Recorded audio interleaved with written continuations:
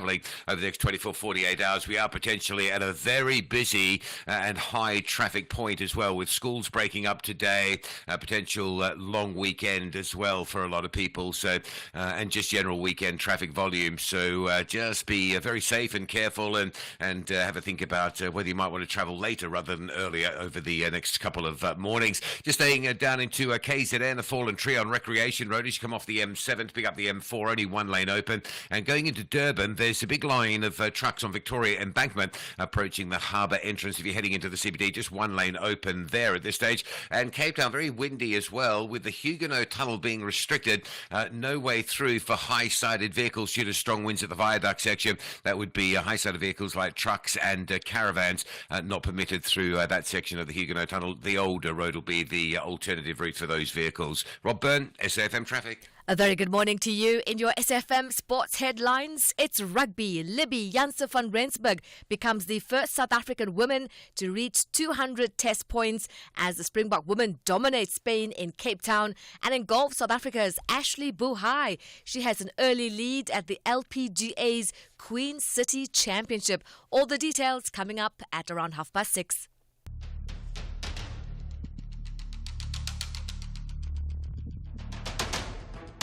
The Morning Brief with Thulasizwe Simelane. Weekdays, Monday to Friday, 6 to 9 a.m. The Morning Brief with Thulasizwe Simelane. Weekdays, Monday to Friday, 6 to 9 a.m. Today is Friday, the 20th of September, 2024. Good morning, South Africa.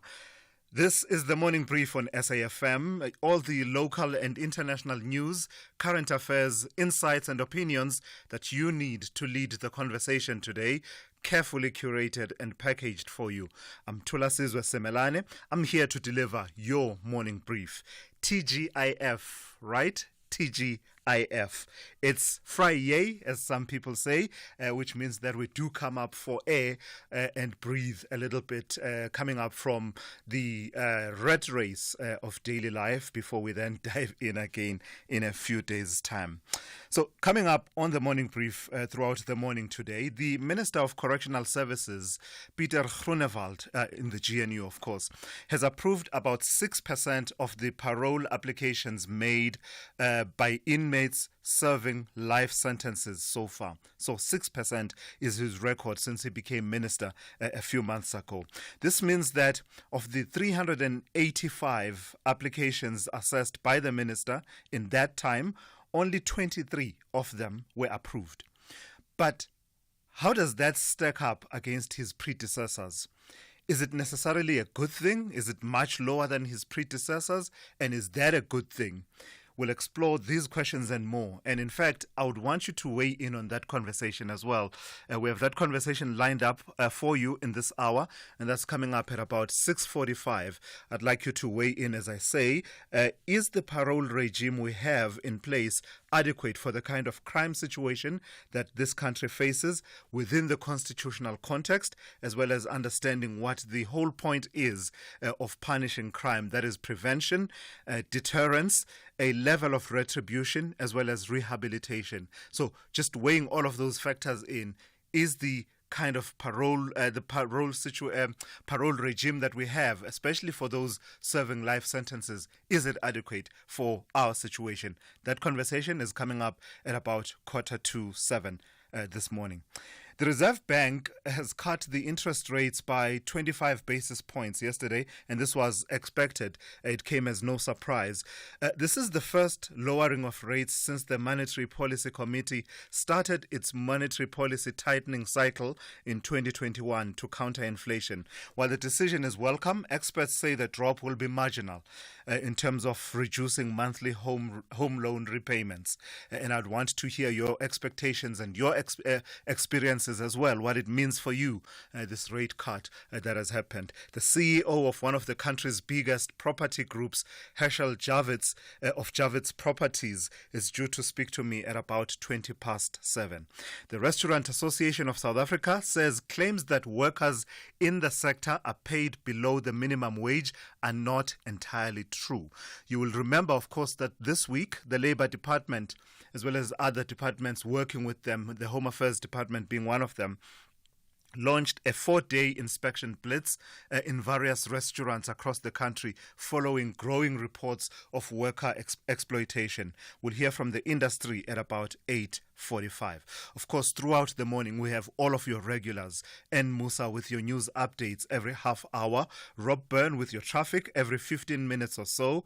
Zai Khan is watching your sport throughout the morning. And Ndauleng Lechela has your economics, business and market news covered. Sipho Mantula in the second hour with your Africa update. And that's coming up just before 8 a.m. We are taking your calls throughout the morning on 086 000 2032.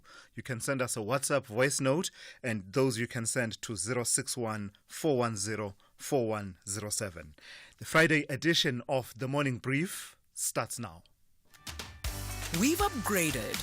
Our new GIS-linked national address database lets us connect with you better than ever before. By visualizing licensed and unlicensed households nationwide, we can ensure timely communication. Our payment reminders are a crucial tool to help you stay compliant and avoid penalties, empowering you to take proactive steps. Efficient electronic communication helps us collect fees seamlessly, bolstering the SABC's mandate in line with Section 27 of the Broadcasting Act. TV licenses, pay yours, make a difference. TUT Matatlanta ladies are focused on full points as they chase a suitable position in the top half. But UWC want to triumph and pressurize log leaders. This is the Hollywood Bet Super League. Catch Mzansi Queens of the beautiful game. TUT Matatlanta Ladies FC versus UWC Ladies FC on Saturday 21 September at 8:30 a.m.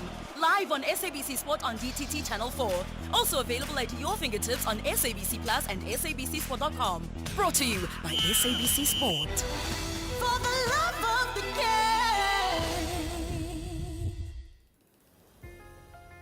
Mzansi, what has become of our country?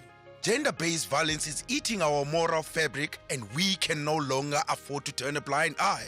This violence affects us all, occurring in various forms including femicide, which is the intentional killing of a woman because of her gender. It takes place anywhere, anytime, even in our own safe spaces at home. Working together with social partners through the National Strategic Plan on GBVF, the government aims to create a GBVF-free South Africa. As we acknowledge the gains from our 30 years of freedom and democracy, let us also work together to break the cycle of GBVF on our home ground. Call the 24-hour GBVF Command Center number on 0800 428 428 or text *120*7867#. A message from the GCIS. 18 teams are back on the hunting ground. No one wants a loss or a draw. They are all searching for maximum points in every encounter. This is the Bundesliga. Football as it's meant to be. Do not miss out on the 2024-2025 Bundesliga season. Catch the action live on Saturdays at 6:30 p.m. Live on SABC Sport on DTT Channel 4 and at your fingertips on SABC Plus. Also available on SABCSport.com. Proudly brought to you by SABC Sport. For the love of the game. The Daily News Diary on SAFM. Yeah, let's check in with N. Musa for that. And N, I didn't see your leave form. You just disappeared on me. I don't mind having Mudupi for a few days, but I did not approve your leave. Welcome back. Apologies. Thank you. Thank you. Happy Friday. It is a bit chilly today. It is a bit chilly. Yeah, it's cloudy. It's overcast. Yeah. So that's what we're looking at as well in our stories throughout the morning. Weather conditions across the country. Motorists have been issued with a warning that they can expect adverse weather conditions along the N3 toll route and the N3 toll concession, saying that widespread rain, thunderstorms, heavy mist and bitterly cold conditions are expected. It may impact traffic movement along the high-lying areas of KwaZulu-Natal.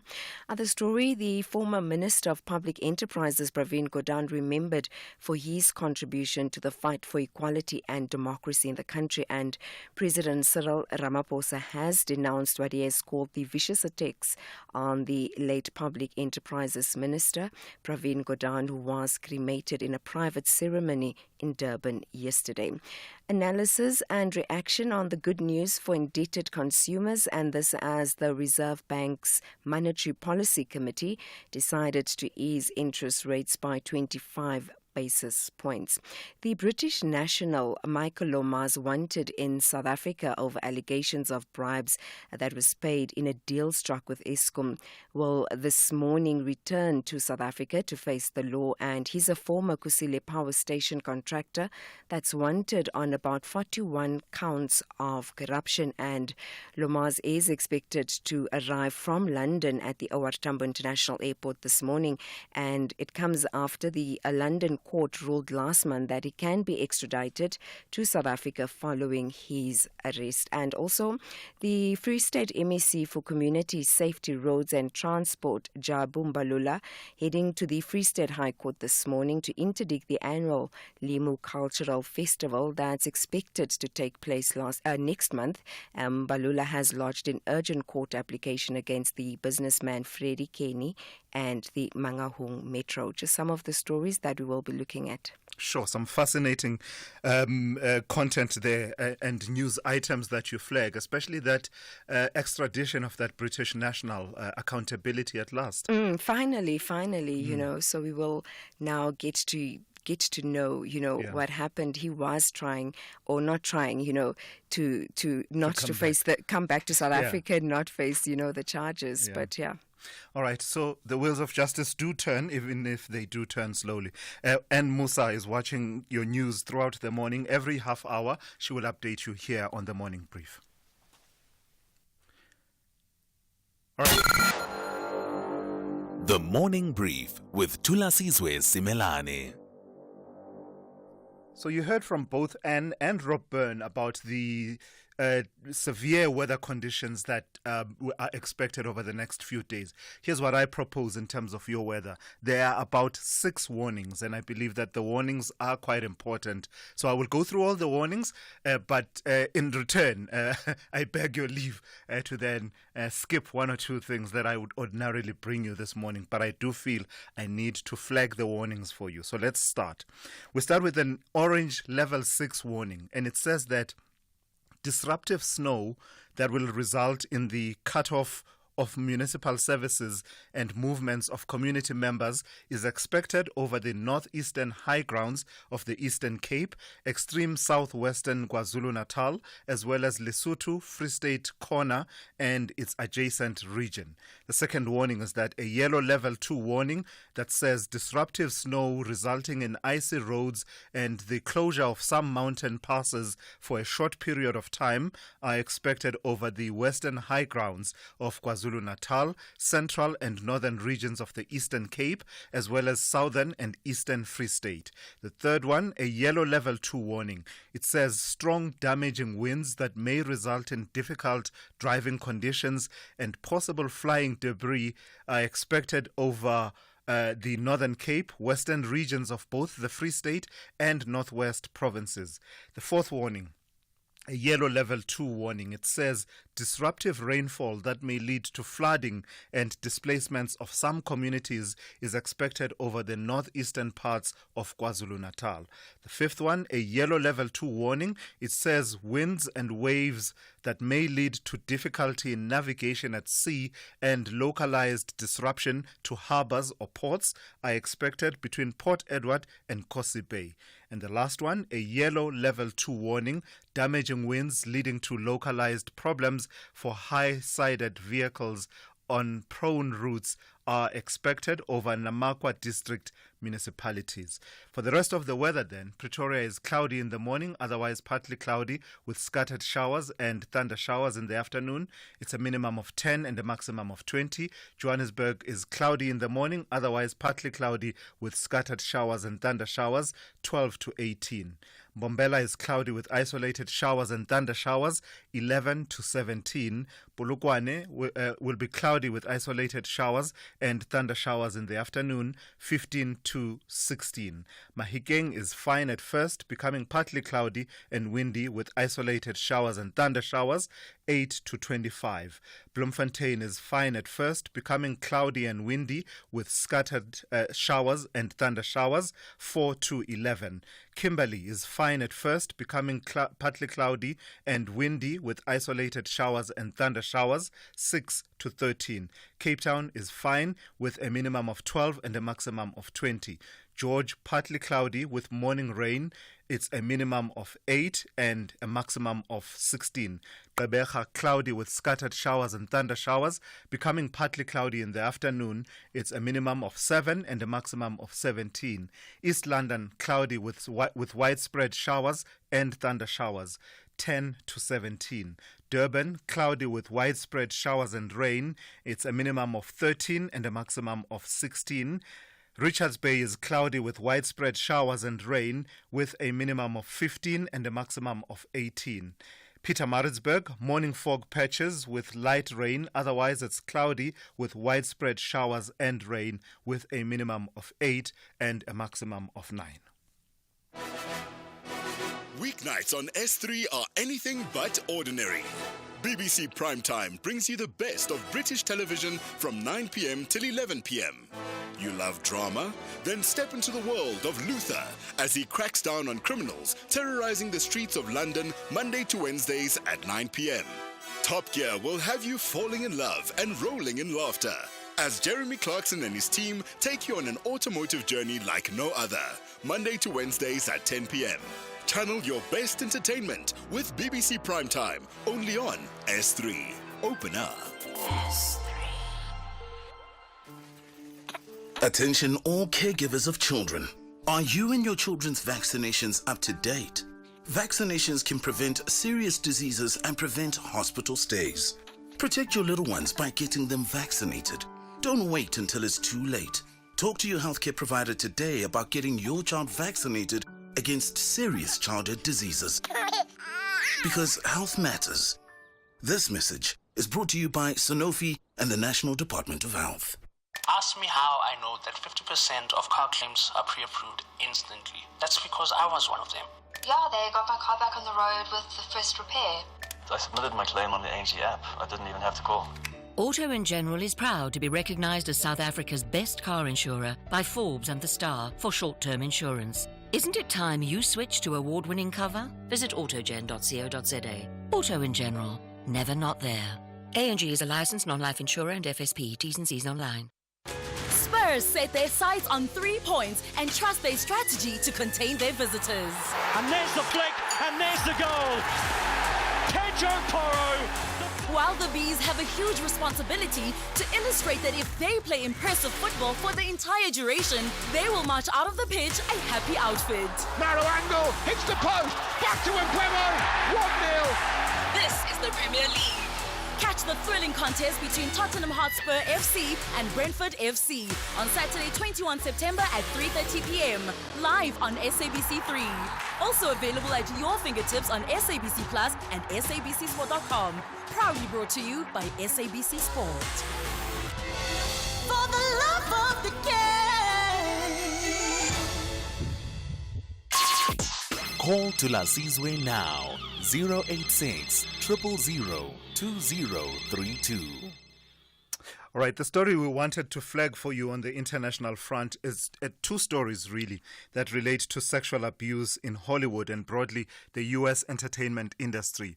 And that has, again, been brought under the spotlight and the kind of sexual violence that sparked the hashtag #MeToo movement back in 2006. And you will know, of course, that it intensified in 2017. In one matter that happened over this past week, the hip-hop mogul Sean Diddy Combs was denied bail again on Wednesday after his lawyers argued for the second time that he should be released from what they described as horrific jail conditions while while awaiting trial on a sex trafficking case. The indictment there is extraordinary, the kind of crimes that Sean Diddy Combs is accused of engaging in. So that's the one case. In the other case, the disgraced Hollywood producer Harvey Weinstein, no stranger to these kinds of allegations, really, has pleaded not guilty in a New York court for a charge of committing a criminal sexual act. The 72-year-old is facing a new charge over the alleged sexual assault of a woman in a Manhattan hotel in 2006. So those are the two stories that we wanted to bring to the fore from the international front, and you can feel free to engage us on those. Just the kind of patriarchal power that it demonstrates, the unchecked and unaccountable access to resources, and the complicity that is sometimes flagged, industry complicity, exploitation in the entertainment industry. Other lessons from what is happening there that actually apply to South Africa. We've seen these allegations. R. Kelly, the musician, serving time as we speak because of these allegations that were made against him and the conviction for those allegations. What is it? I know that this is widespread in society. We deal with this in society in general. Sexual violence is something, especially in this country, that is prevalent. But are there specific elements that apply to an industry such as the arts and entertainment that have to do with the kind of things that I'm talking about, the exercise of patriarchal power, access to almost unlimited resources and money, and the ability to get away with it, complicity. You'll remember with Harvey Weinstein earlier on a few years ago, the kind of people that then came forward and said everyone knew that he was engaging in inappropriate behavior around women. Well, if everyone knew, why did no one speak up earlier on if so many people knew? And these are the stars that you and I actually watch on television, the movies that you and I enjoy that they feature in. So I'm interested to hear your take. You can call and send your WhatsApp voice notes throughout the morning about that and other stories as well.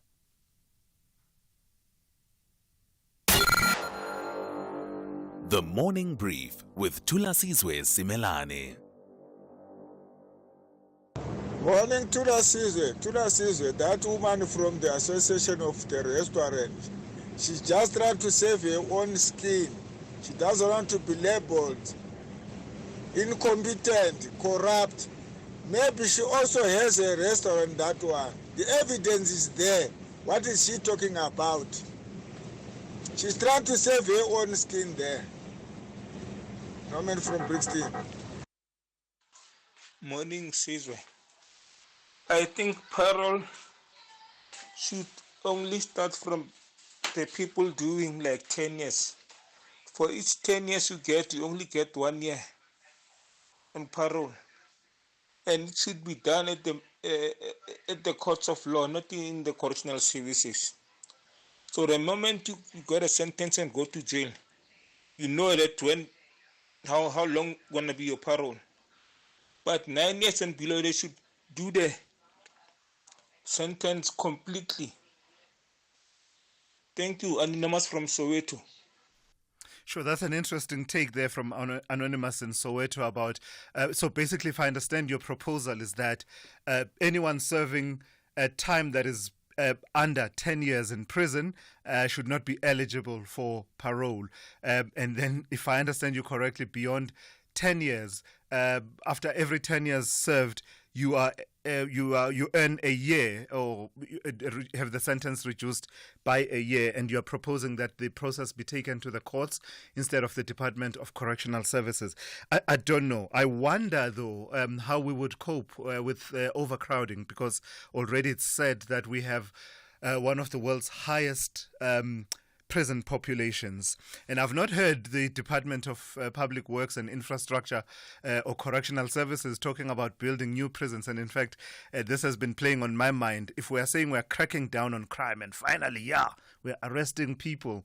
Well, arresting them, prosecuting them, where are we keeping them? Where's the evidence that we've had to build more capacity to be able to take in more people. And of course, that has to do with the conversation that is coming up within this hour. That has to do with the Minister of Correctional Services, the new minister, approving just 6% of the applications by lifers that have come before him.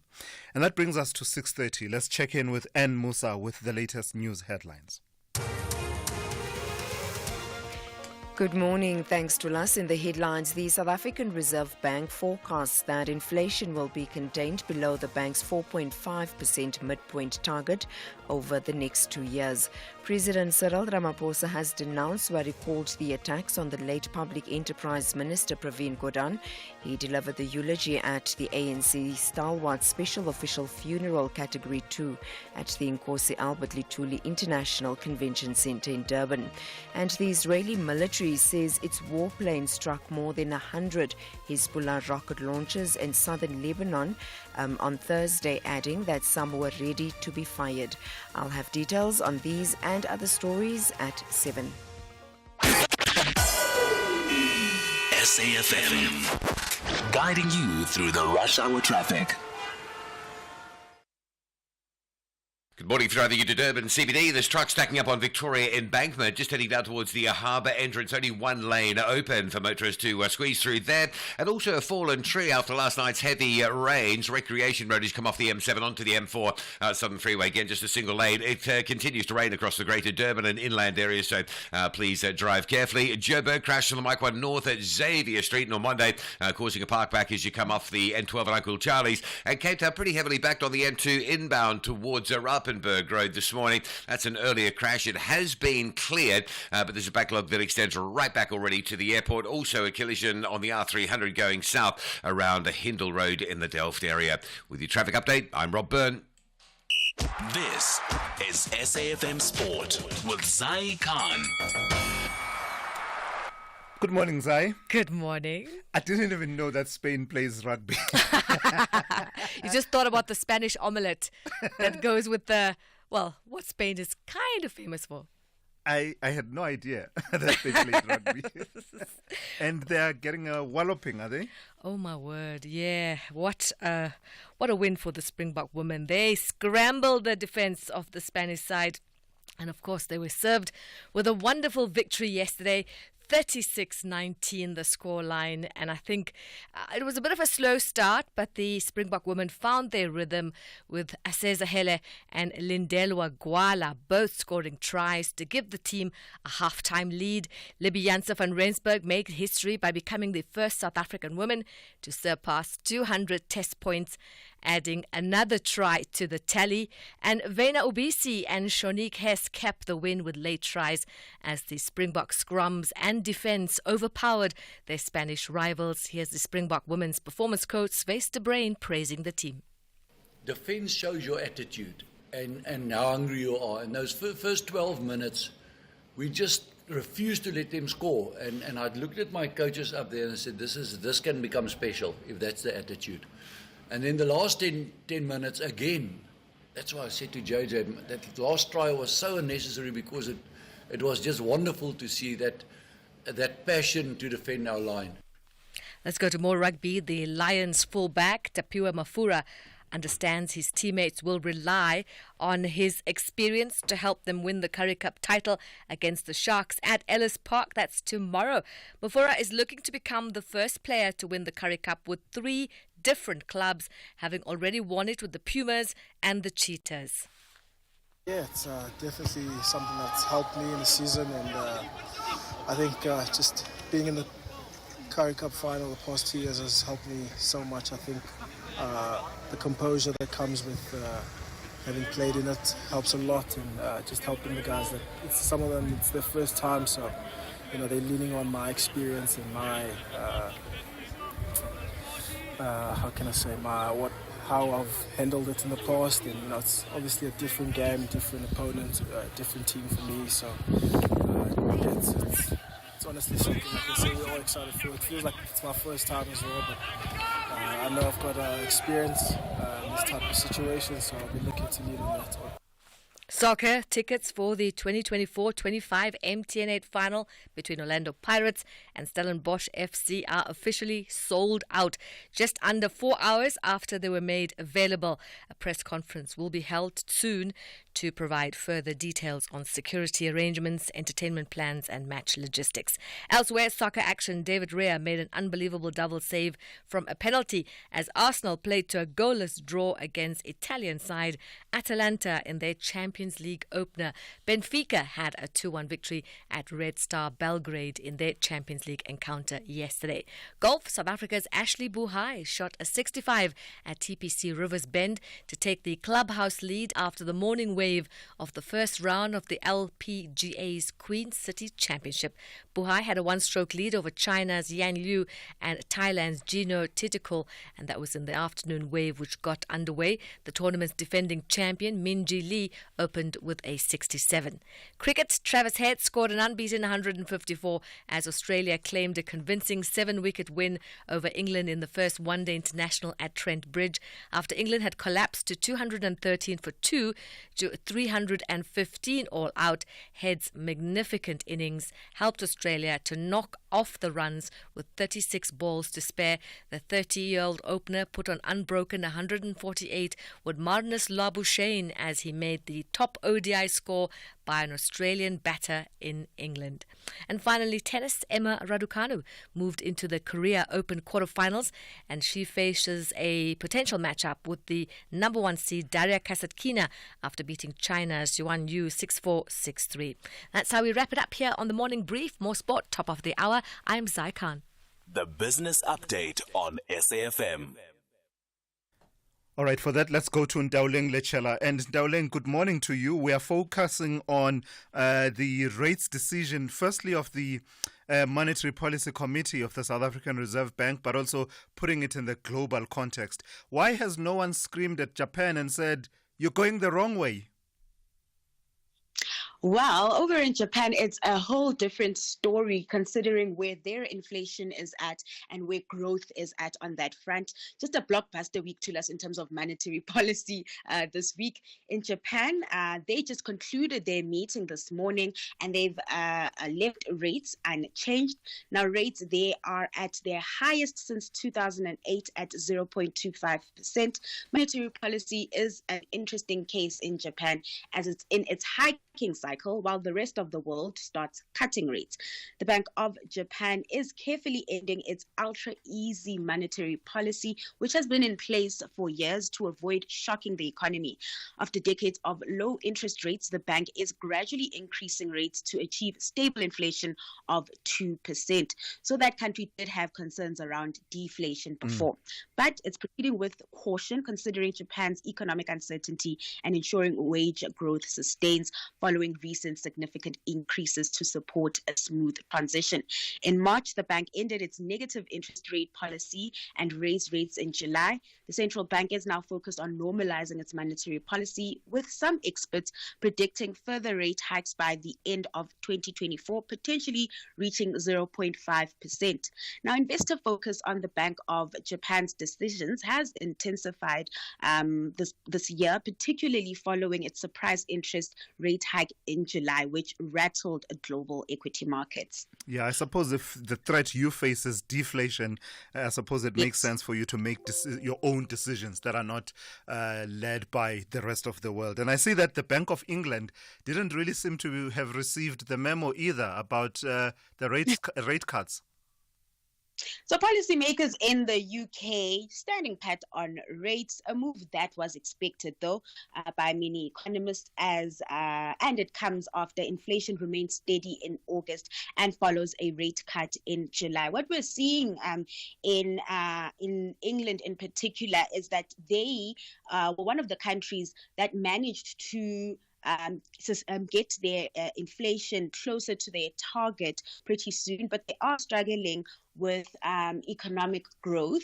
However, the Bank of England's governor, Andrew Bailey, does not want to cut rates too quickly. So the Monetary Policy Committee voted by 8-1 to hold, with one other member voting for another 25 basis point reduction. The central bank said it will maintain a gradual approach to monetary easing, citing high services inflation despite the UK's exit from recession. Growth remains sluggish, but the economy is expected to rebound moving forward, with quarterly growth there forecast at 0.3%. Also being monitored closely was the central bank's moves in regards to monetary tightening. The Bank of England says it'll reduce its government bond holdings by £100 billion over the next year. During the pandemic, the bank bought bonds to boost the economy, but now it's selling them to prevent overheating. This move aims to normalize monetary policy, and the reduction will occur through a combination of bond sales and maturation over 12 months, aligning with the bank's existing plan. 8-1 in terms of that split there in the Bank of England. That's as overwhelming as you can get. That one member stood no chance. He's on her ground. Lastly, a recap of Asian markets as well as the United States and the JSE, how we closed yesterday. A week of big central bank moves coming to an end to us, and it seems like traders were quite pleased with the outcomes as markets continue to soar. In Wall Street, markets ended yesterday's session in the green, with the S&P 500 hitting new all-time highs, closing the day 1.7% higher. Over in Asia markets, they're following international peers. Investors, they're digesting recent moves by the Bank of Japan and the People's Bank of China's decisions to hold rates steady. Here at home, markets cheering the beginning of the local rate cutting cycle. The all share shot up, closing 1.26% higher. The rand, in the meantime, hitting a 19-month high, with risky assets benefiting from a weak dollar. It's sitting at 17.49 to the greenback. All right, I've got to thank you for that. That's the first of three of Ndaoleng's updates in as far as news from the business world, the economy and the markets go. Catch Ndaoleng again in the second hour of the morning brief, and that will be coming up just after 7:30. Catch the Tastemaster Junior this Tuesday evening at 7 on SABC2. The top 6 contestants tackle a classic bake that's enjoyed all over the world, the humble pie. After learning the art of making pastry from scratch, they each prepare their own family-style pie filled with their favorite flavors. That's the Tastemaster Junior this Tuesday evening at 7, repeat Wednesdays at 1 and Sundays at 4 p.m. Only on SABC2.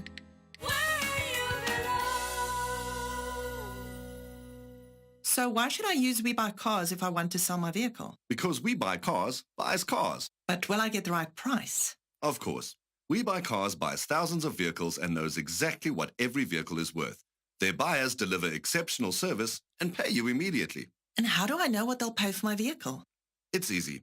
Visit webuycars.co.za or use the We Buy Cars app. Follow the simple steps and voila, you'll know your car's value in no time.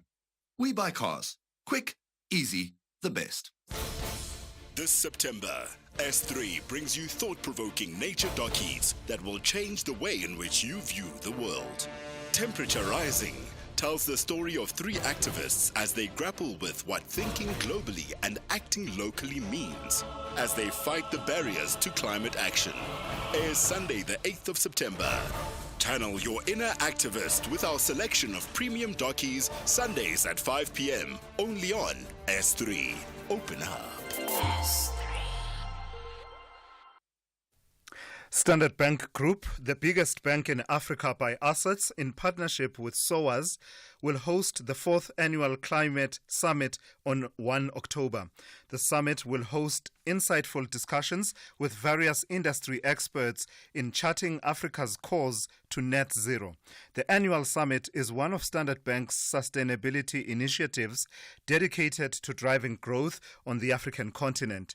Tune in on our SAFM Facebook page and be a part of the conversation in shaping the future of Africa's energy transition. Brought to you by Standard Bank Corporate and Investment Banking. Thulasizwe Simelane on SAFM. All right, let's go to this story now. The Minister of Correctional Services, Pieter Groenewald, has approved about 6% of the parole applications made by inmates serving life sentences so far. This means that of the 385 applications assessed by the minister, only 23 of them were approved. 361 parole applicants were conditionally denied, having not met the minimum requirements.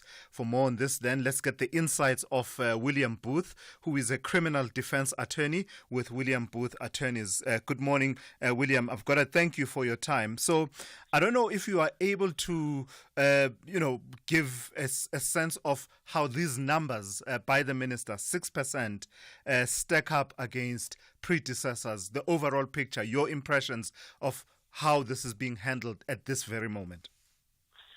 Good morning. The impression I get is obviously there's been a harsher approach adopted with regard to release on parole, in particular with regard to persons serving life imprisonment. Now, it's not a situation where a person at a particular time after serving a certain period of imprisonment would automatically be released on parole. It is merely a question of eligibility. So if a person gets life imprisonment, that I think for most people means life. Except the Correctional Services Act had indicated previously that a person who gets life imprisonment could become eligible for parole after serving a minimum of 20 years imprisonment. And the previous legislation had indicated if the person obtains certain credits for good behavior and the like, that period could in fact be 13 years. The Act was then changed, and that was challenged in the Constitutional Court, stating that if anybody has been sentenced to or has committed an offence prior to a certain date, then the period would be that minimum period of 20 years. So in other words, the date of the commission of the offence and not the date of that person being sentenced. So there have been various challenges to the change in the legislation. Of course, now the legislation indicates a minimum period of 25 years before the person becomes eligible. So one has to look at when was the offence committed. So if somebody is serving life imprisonment at the moment and the offence was committed prior to the 1st of October 2004, then the old, let's put it that way, legislation would be applicable, the 20 years, and the person could come out for good behavior after 13 years. So it depends when is the crime committed. So you might be serving life now, crime committed prior to October 2004, and then you'd be eligible. So the minister and those responsible look at all of these factors before determining eligibility. And then, of course, it's got to go, a decision must be made with regard to can the person be released. Somebody might not be considered a suitable candidate to be released. He might be considered a dangerous person. He might have escaped. He might have attacked people, inmates, and prison wardens, and so forth and so on. Might have to serve the full period of life. So, William, just from your impressions then and your experience, is our system of parole, especially as it applies to what you just described now, the so-called lifers, people serving life imprisonment terms, is it adequate for the kind of purpose we want to serve with the punishment of crime? So all those elements of deterrence, prevention, a degree of retribution and rehabilitation, but also is it real to the dire crime situation that we face in your own assessment?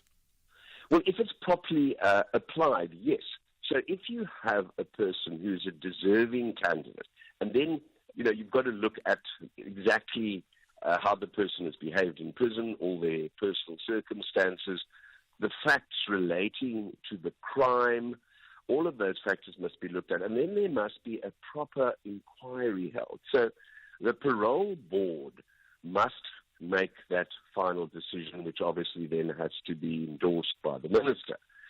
But prior to that, those committees in prison would determine certain suitable candidates, not only for release on somebody serving life imprisonment, but anybody serving any kind of imprisonment. So if there's a proper implementation of the system where the victim's family or the victim, if it's not an instance where the person has been killed, have input, and obviously the inmate has input, it's presented to a committee that considers all the pros and cons. Yeah. Then the system works if that is complied with properly. And only people who one can consider are not going to reoffend. I suppose it's difficult to make that decision, but looking at all the facts, are unlikely to reoffend and are going to be able to be reintegrated into society. Then the system works, but there has to be a proper implementation, a proper inquiry held with the persons on that inquiry. More rigorous inquiry. Yes, absolutely. And looking at all the factors that are relevant. All right, I've got to thank you for your time and your insights there. That's William Booth, a criminal defense attorney, and that's understating it. He's an authority in this area. He has been practicing for many, many years and well experienced, so you can take his insights to the bank. You're listening to the Morning Brief here on SAFM. Back with more in just a moment. SAFM, guiding you through the rush hour traffic. Well, snow looking quite heavy this morning. Higher ground of the Eastern Cape, we're certainly seeing plenty of snowfall around Elliot. That means Buckley, east and the Buckley Pass should probably be avoided, I would think. The snow, just looking at the pictures that I'm receiving here, is looking like it's quite a heavy covering up to Kala, out to Dordrecht area, down through Nkobo, and that sort of area, really. It's sort of higher ground of the Eastern Cape, and there is concern it's going to move from there across into sort of Harry Smith and Van Rynen's Pass, both snow and sleet and black ice warnings for that whole region, Eastern Cape up into that sort of KZN and Free State area. So please check weather conditions before you travel. We're potentially looking at a lot of traffic, big volumes this Friday because of the long weekend potentially, and with the start of school holidays as well. So pay attention to what's happening on the weather today, overnight, tonight, and into tomorrow morning, as well as that system moves through that inland part of South Africa. Seeing some beautiful pictures. We are putting them up on our X.com feed at Traffic SA. You can have a look and enjoy some September snow in the Eastern Cape at this stage. Roads around Joburg looking generally okay. Bit slow on the N1 North, getting up towards William Mandela from the Randburg side. You're driving into Durban CBD. Victoria Embankment likely to be slow. You've got trucks queuing up at the harbour entrance along that Esplanade route. And Cape Town, the earlier crash on the N2 inbound at Rappenburg's been cleared. It's left a backlog of traffic coming slowly from the airport side. And Marine Drive, it's been a week now. We first saw this last Friday, seeing it again today. Heavy queues into short timing traffic lights at Woodbridge Island. That queue will be there until about 1 or 2 o'clock this afternoon. Rob Byrne, SAFM Traffic. Unlock a world of benefits. Welcome to SABC's TV License Rewards program. Ready to make your viewing experience more rewarding? Say hello to perks that go beyond just watching TV. Join us today at sabctvlicenserewards.co.za and instantly receive your first reward. But wait, there's more. You can get up to 500 Rand back. Become part of something bigger, a movement where watching TV isn't just a hobby. It's a catalyst for positive change. Register now at sabctvlicenserewards.co.za and open the door to a world of benefits. Plus, every time you tune in, you're making a difference. T's and C's apply. Remember, TV license fees aren't just payments. They make a difference.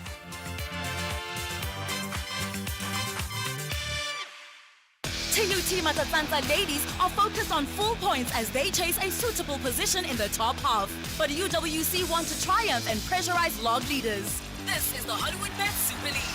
Catch Mzansi Queens of the beautiful game. TUT Matatanta Ladies FC versus UWC Ladies FC on Saturday 21 September at 8:30 a.m.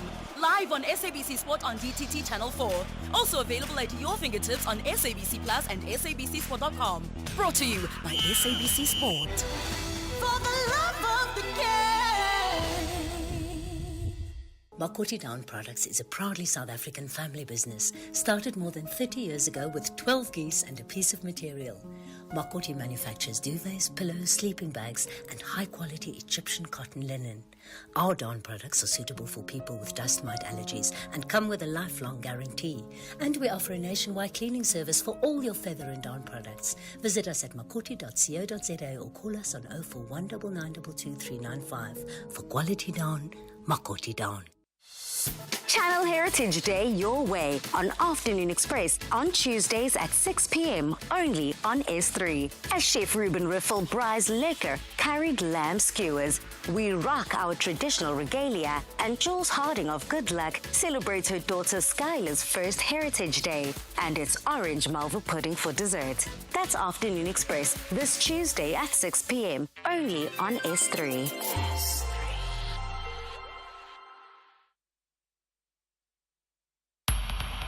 Thulasizwe Simelane on the Morning Brief. Weekdays, Monday to Friday, 6 to 9 a.m.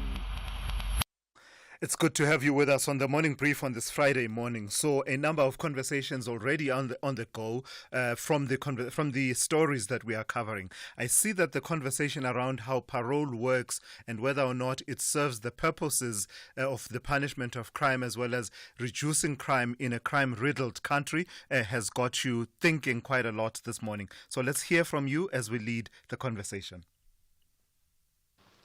Good morning, Tulas. This is Matlatsi from Pretoria. You know, I wouldn't even take these 25 years, 20 years seriously. I mean, about the parolees' release. I think they must just wait for one prominent political figure to go to jail. You'll see them all coming out, you know, because there's a remission. The prisons are overcrowded, you know.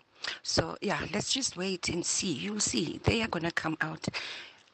If there's a politician in jail that has to be, you know, released before time, you'll see it happening.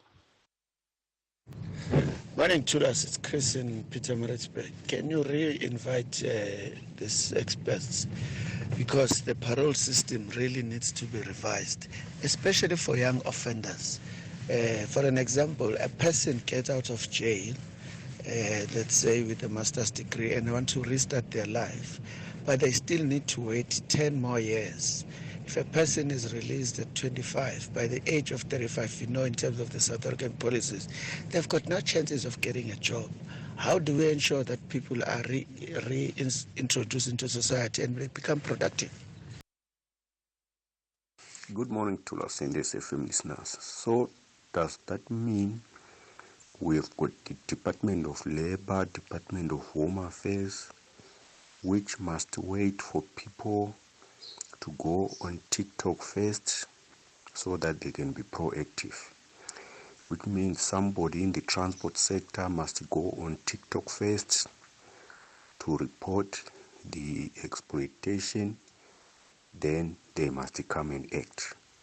Then someone who is doing maybe Mr. D or Uber Eats must go on TikTok first to raise complaints so that the Home Affairs and the Department of Labor must act. Thanks, James Johannesburg. It's a valid question you asked there, James, about what has triggered the latest blitz that was undertaken over a period of some 4 days this week by the Department of Labor. A few days ago, when I spoke to the Inspector General at the Department of Labor, she was insistent that, they did act based on the video that was on TikTok, but actually they do undertake proactive inspections. But of course, the resources, with about 2,000 inspectors, the resources can't be everywhere all of the time. But it's a valid point that you make about being proactive. Chris, and I take the point you make about the parole system needs to be realistic about the reintegration of the offender once released, right?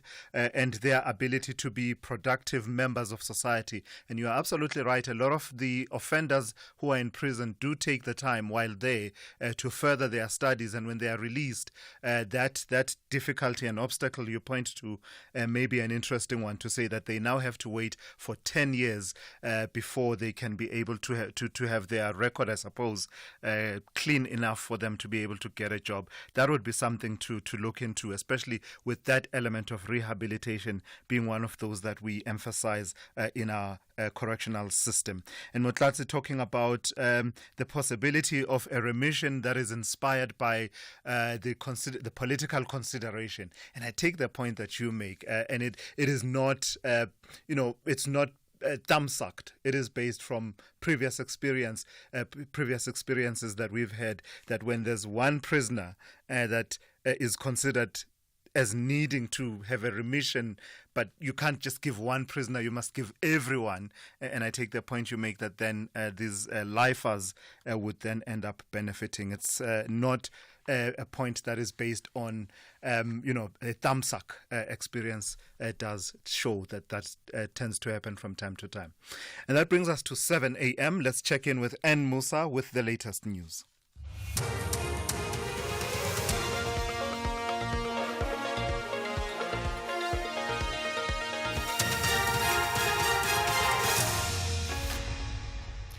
In our top stories, Reserve Bank predicts inflation will be contained and wanted fugitive Michael Lomas to be extradited to South Africa. Good morning. The South African Reserve Bank forecasts that inflation will be contained below the bank's 4.5% midpoint target over the next 2 years.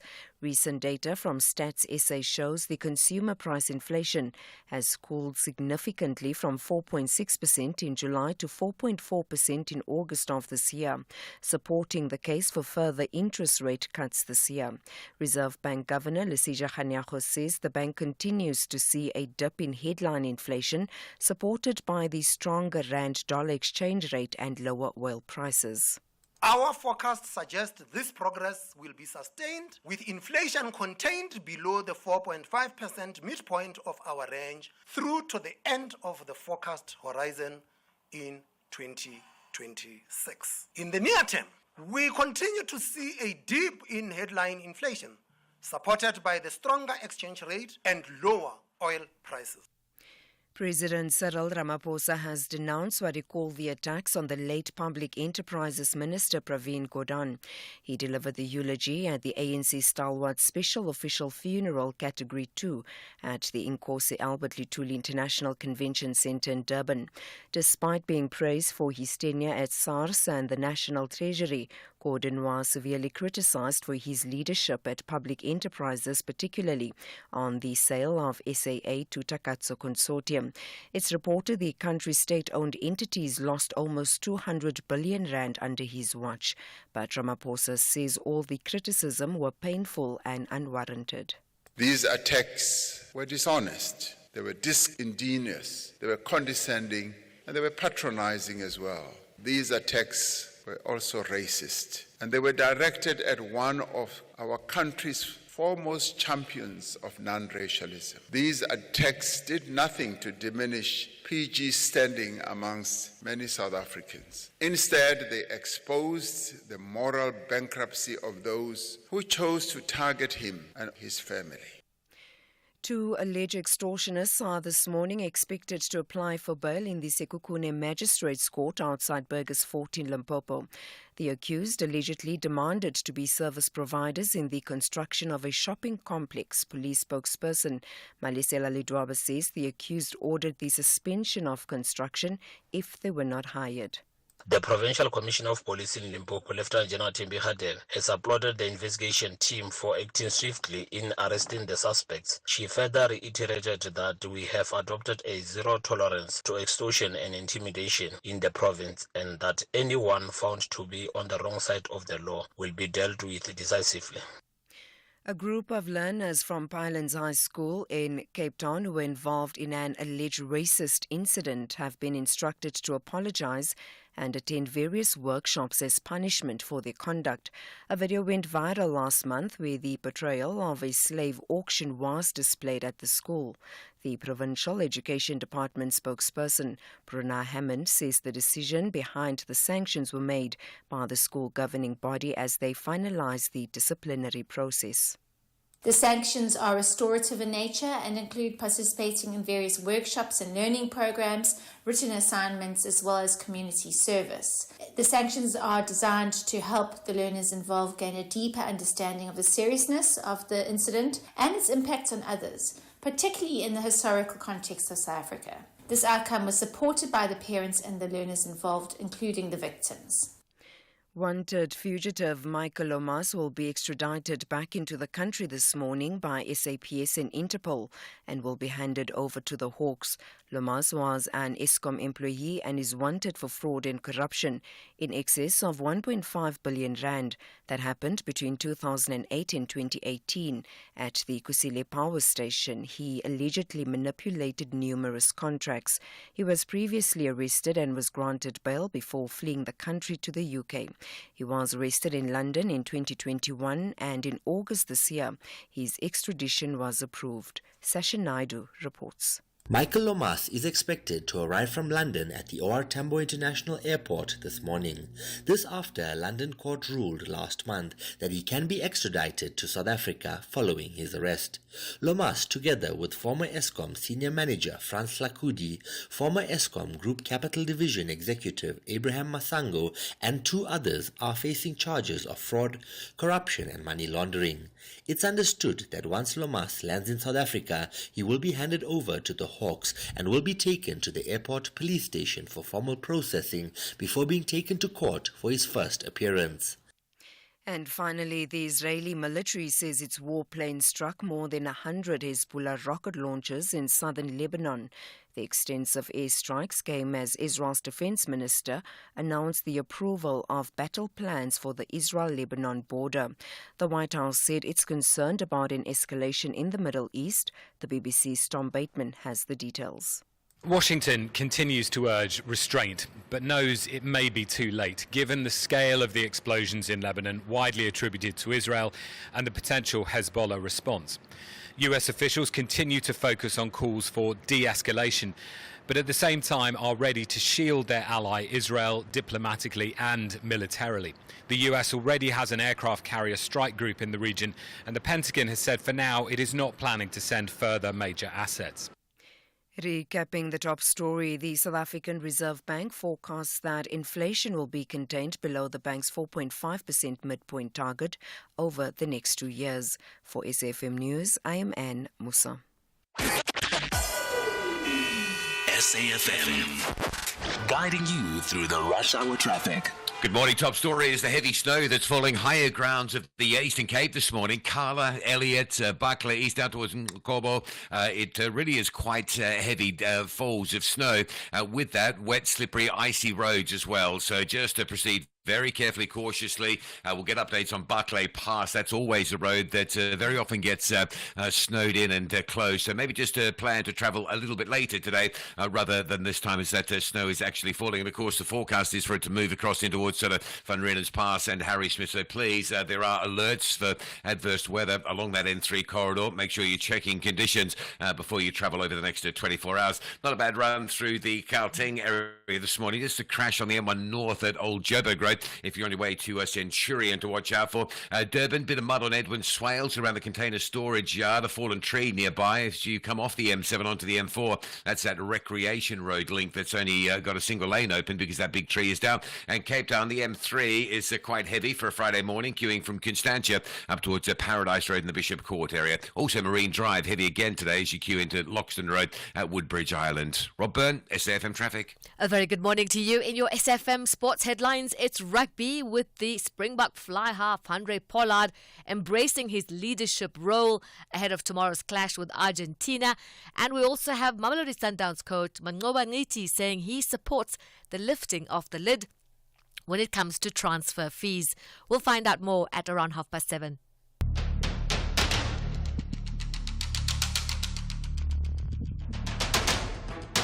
The Morning Brief with Thulasizwe Simelane.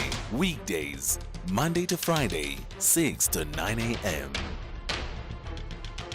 The Morning Brief with Thulasizwe Simelane. Weekdays, Monday to Friday, 6 to 9 a.m. 9 minutes after 7 on this Friday, the 20th of September 2024.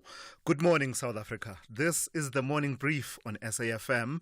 All of the local and international news, current affairs, insights and opinions that you need to lead the conversation today, carefully curated and packaged for you. I'm Thulasizwe Simelane, and I'm here to deliver your Morning Brief, the second hour.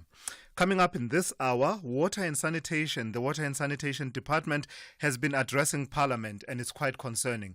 The Water and Sanitation Director General, Sean Phillips, telling parliamentarians a bit earlier on in this week that two water boards, the Vaal Central and Magalies water boards, could go bankrupt within 6 to 12 months if municipalities which owe those bulk water suppliers millions of rand do not start paying up. So it's a cascading effect. The municipalities not paying the water boards, then the water boards run into financial trouble, with the warning that these two could go bankrupt within 6 to 12 months.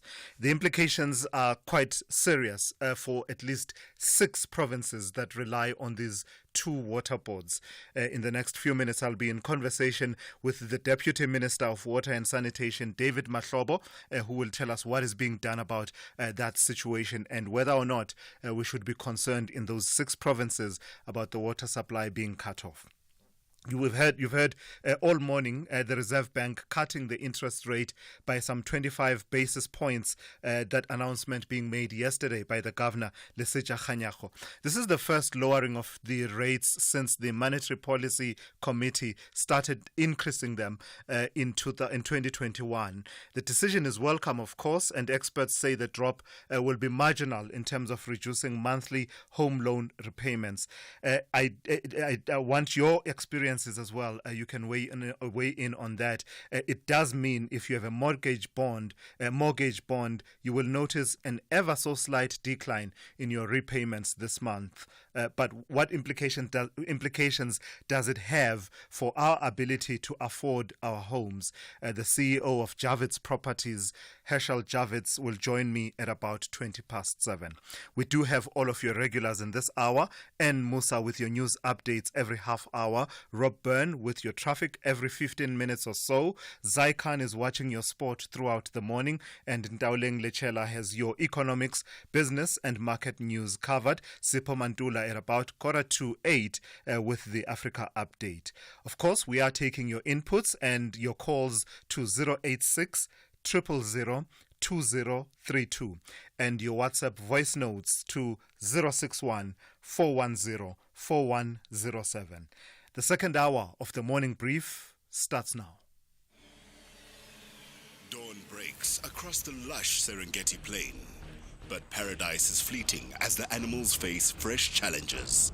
Kali the lioness and Bakari the baboon may seem safe in their rock fortresses, but with rivals encroaching on all sides, their future hangs in the balance.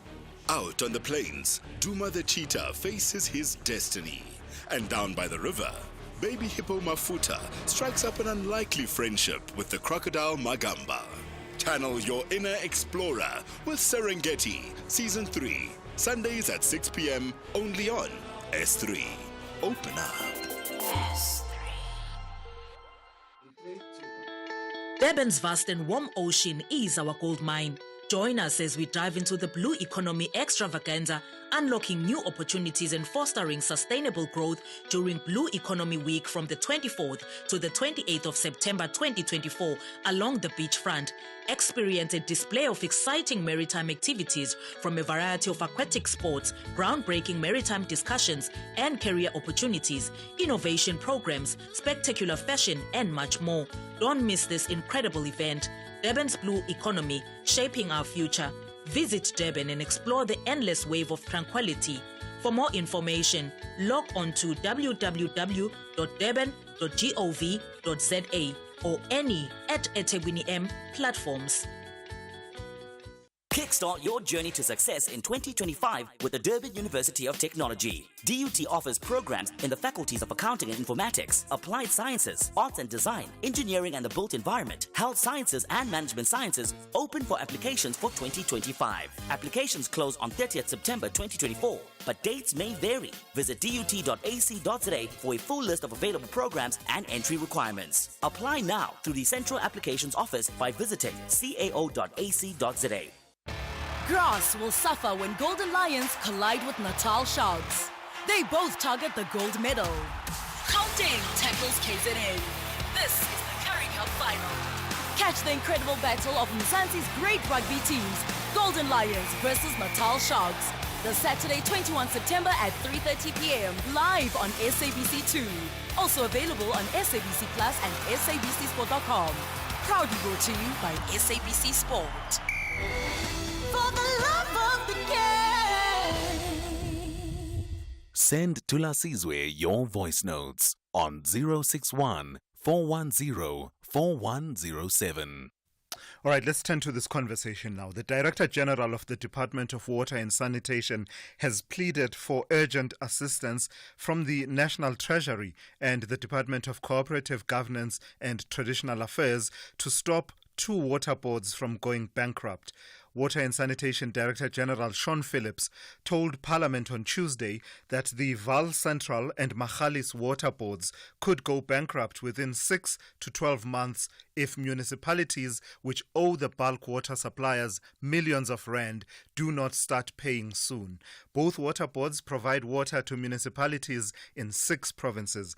I'm joined now by the Deputy Minister of Water and Sanitation, that is David Mahlobo. Deputy Minister, good morning and thank you for your time. It's been a while since we last spoke. How dire is the situation?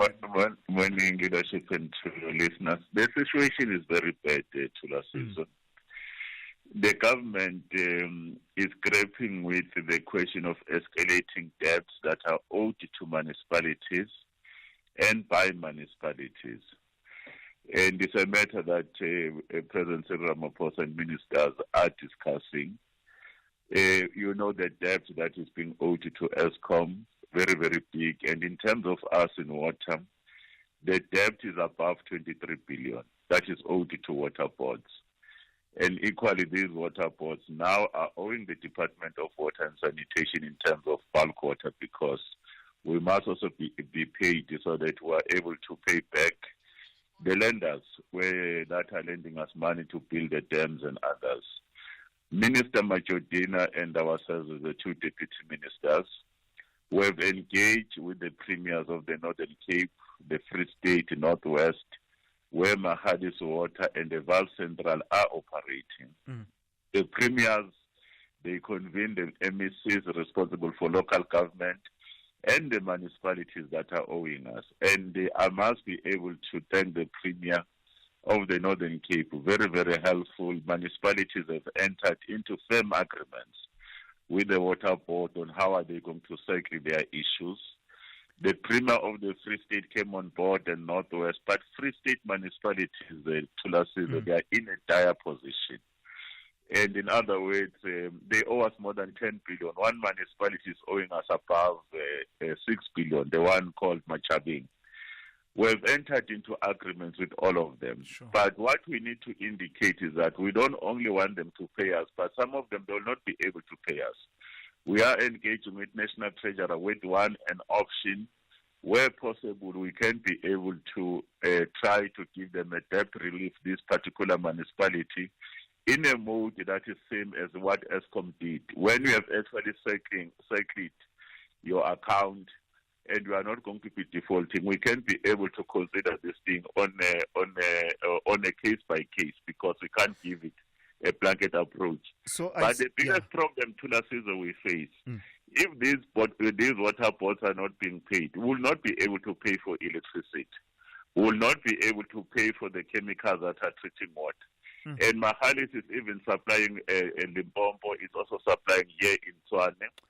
And you could see that's why you are correct when you say a number of these provinces might be affected by the 2 water boards. So, and I appreciate how you've painted the picture of the domino effect of the debts owed to municipalities then the municipalities owing the water boards then owing you and hindering the ability to repay loans for the large infrastructure that's at the heart of the water system. What would be the implications if the bankruptcy of these two water boards is not prevented at all cost?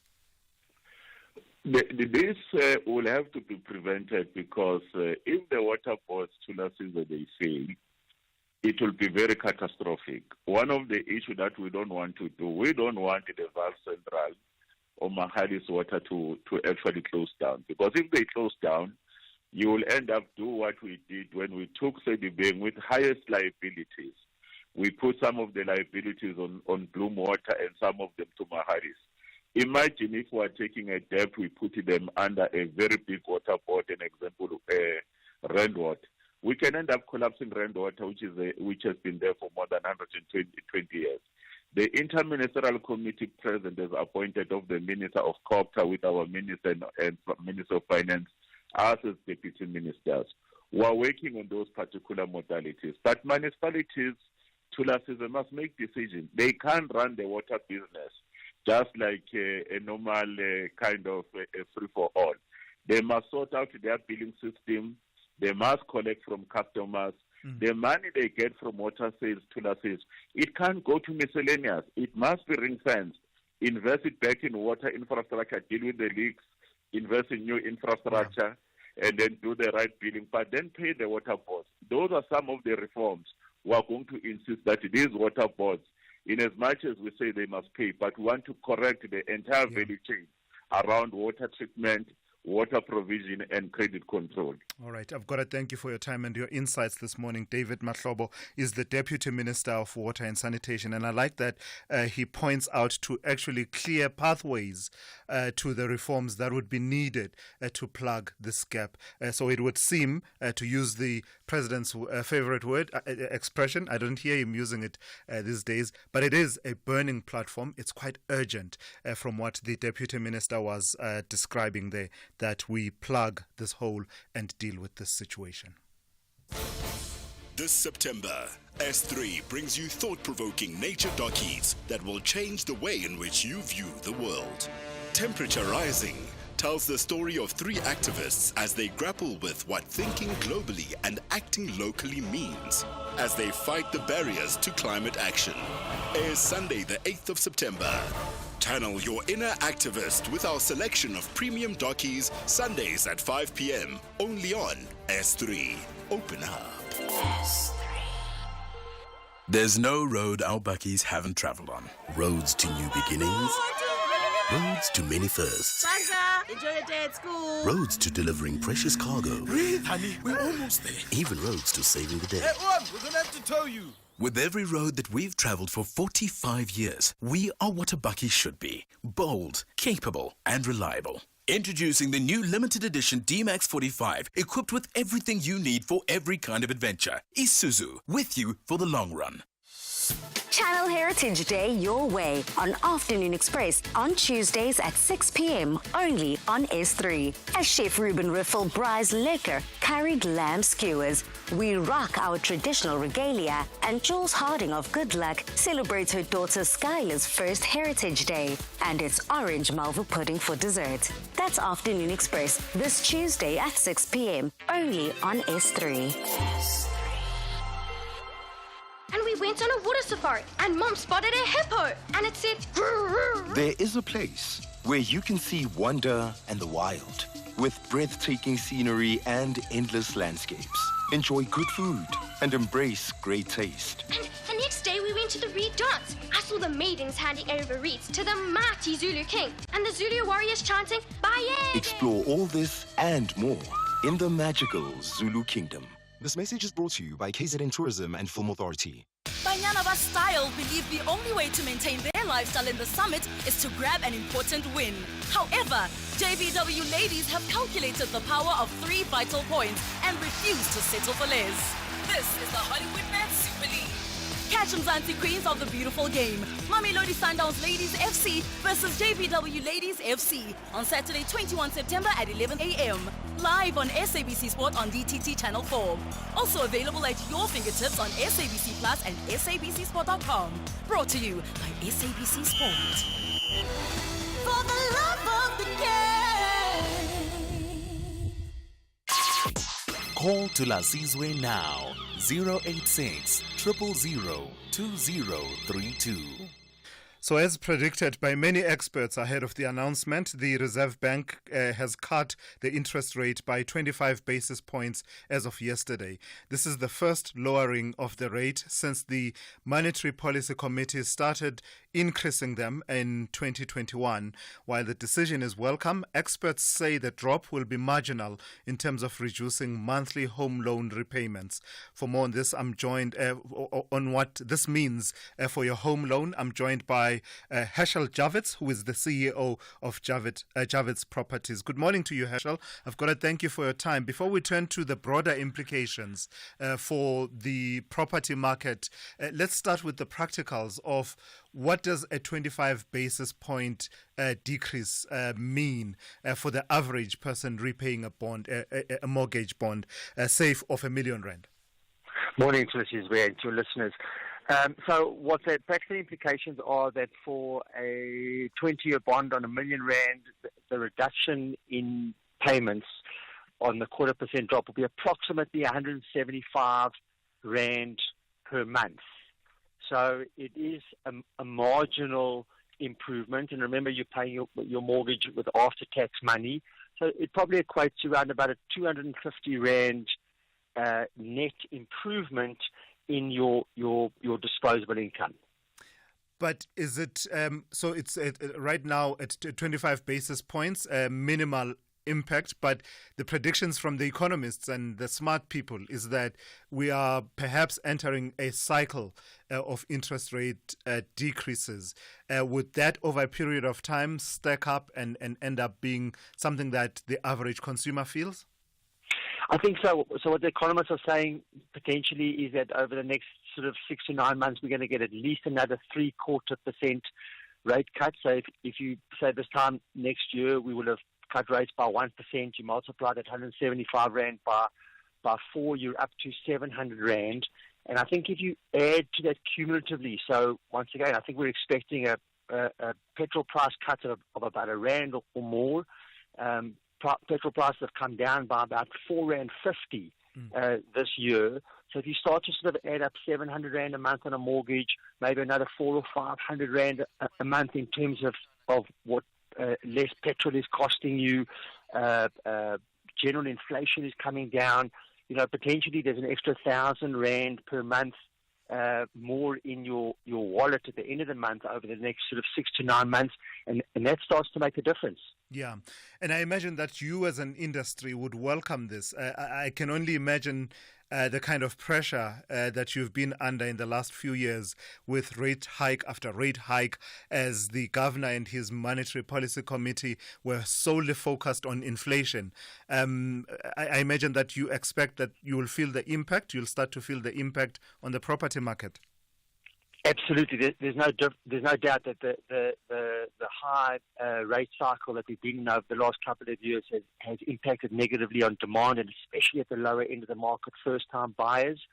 So once again, I think that we're slowly going to start to see activity improving, demand improving, but it is going to take a while for the impact of the rate cuts to really have a positive impact in terms of property prices starting to move in a much more positive direction.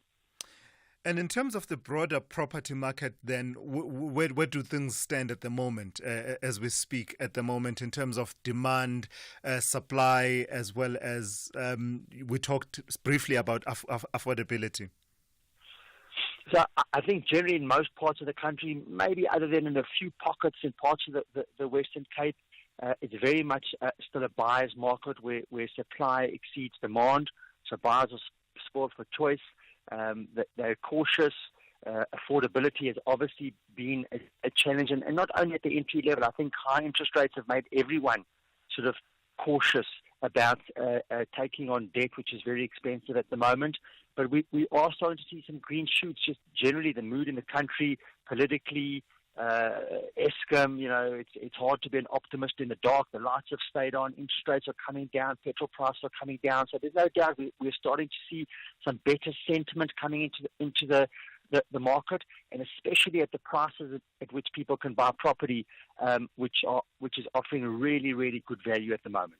So just lastly, to recap then, Herschel, your take right now is that if you are repaying a mortgage bond of 1 million rand, the impact of yesterday's announcement is likely to be, slight. You probably won't feel it much, but over a period of time, it will add up. But I like that you're then bringing in all the other elements to say, generally, cash in your pocket situation should improve over the coming months.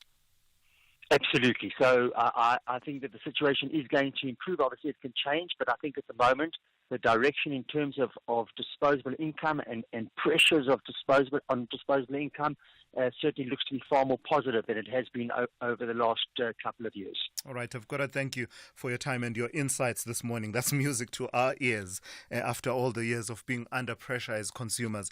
That's Herschel Javits, who is the CEO of Javits Properties, weighing in and giving us the practicalities of what the 25 basis points cut in interest rates announced yesterday, what the implications thereof are in terms of your pocket if you are repaying a home loan with your bank. And that brings us to 7:30. Let's check in with N. Musa now with the latest news headlines. Good morning. Thanks to us. In the headlines, Electricity and Energy Minister Thulasizwe Simelane says the increase in electricity needs to be treated with the urgency it deserves in order to avoid another energy crisis in the country. The minister said this during a debate on electricity price increases in Parliament. Police spokesperson Ethlenda Mate has credited the Hawks investigators for securing the extradition of wanted fugitive Michael Lomas. Lomas will be extradited back into the country this morning by SAPS Interpol SA and will be handed over to the Hawks. And the South African Reserve Bank forecasts that inflation will be contained below the bank's 4.5% midpoint target over the next 2 years. I'll have details on these and other stories at 8. SAFM, guiding you through the rush hour traffic. Good morning. Seeing some scenes of lovely September snow in the highland areas of the Eastern Cape, so higher ground parts of the northern part of the Eastern Cape. Those passes and surrounding areas really getting some heavy snowfall this morning, and that snow likely to move into higher parts of Free State and KZN with warnings of poor weather conditions and adverse weather conditions around Harrismith, Ladysmith and Van Rieman's Pass over the next 24 hours. So please pay attention to weather conditions if you're driving today, tonight and into tomorrow. Durban side, the N2, pretty heavily backed up from Chatsworth through to Mgeni Road this morning. So a lot of traffic on that route. There's also a breakdown further up before the Gateway exit causing delays. And Cape Town, the M3 from Constantia up to Rhodes Drive at Newlands, very heavy for a Friday. And Marine Drive jam-packed again from Milnerton down towards Woodbridge Island. Faulty traffic lights there, short timing. Plus this morning, a crash involving a taxi on that route. With your traffic update, I'm Rob Byrne. This is SAFM Sport with Zai Khan. Zai, I get a sense that Rassie Erasmus is deliberate and purposeful about grooming leaders within that team. Last week, we were talking about Siya Kolisi, and today we're talking about Andre Pollard. That deliberate thrusting him into a mentorship role. I absolutely agree with you. It's an intentional, yeah, it's an intentional thing, and I think it's helping shape the future of SA Rugby, which is what I think Rassie Erasmus has his eye on. And I think we are going to, despite the jokes, right? And his age, Andre Pollard is still a key player. He's still a key player. I'm not laughing. I'm of a certain age. I can't afford to laugh. No, Thulas, man, you're a vintage model. Just aged to perfection. Okay, let's go to rugby. We've got a big match tomorrow, and you know what? It's going to be key when we take on Argentina. Fly half Andre Pollard is playing mentor to South Africa's rising talents, including Sasha Feinberg and Ngomezulu. Now, Pollard has 75 test caps. He balances mentorship with his role as a go-to player for coach Rassie Erasmus in the Crunch Games. This weekend, he will take the reins at fly half in Santiago del Estero, facing a physical and unpredictable Los Pumas side, but he's excited. Yeah, so it's really exciting. Every week is a new challenge, and listen, we take it week by week, but we know there's a bigger plan and a bigger future plan going forward. But honestly, to play with these young guys coming through these days, of course, some of the older dogs still here, so it's just a good blend, and I think it really excites us because we're in a good place, but we always want more. We always want to become better, and we're always striving to go up another level. So the excitement's certainly there.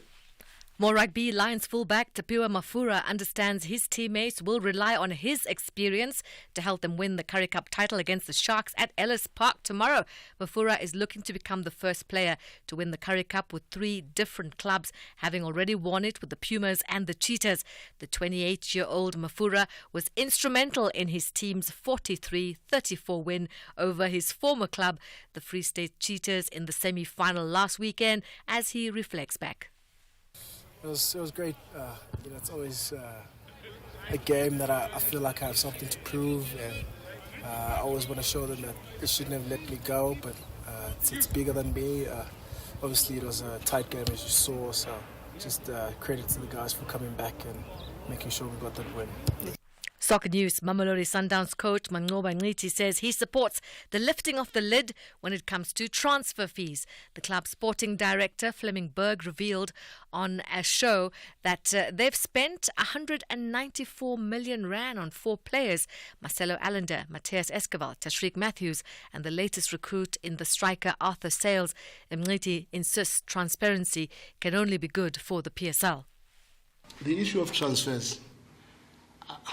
Personally, I'm not somebody who likes secrets.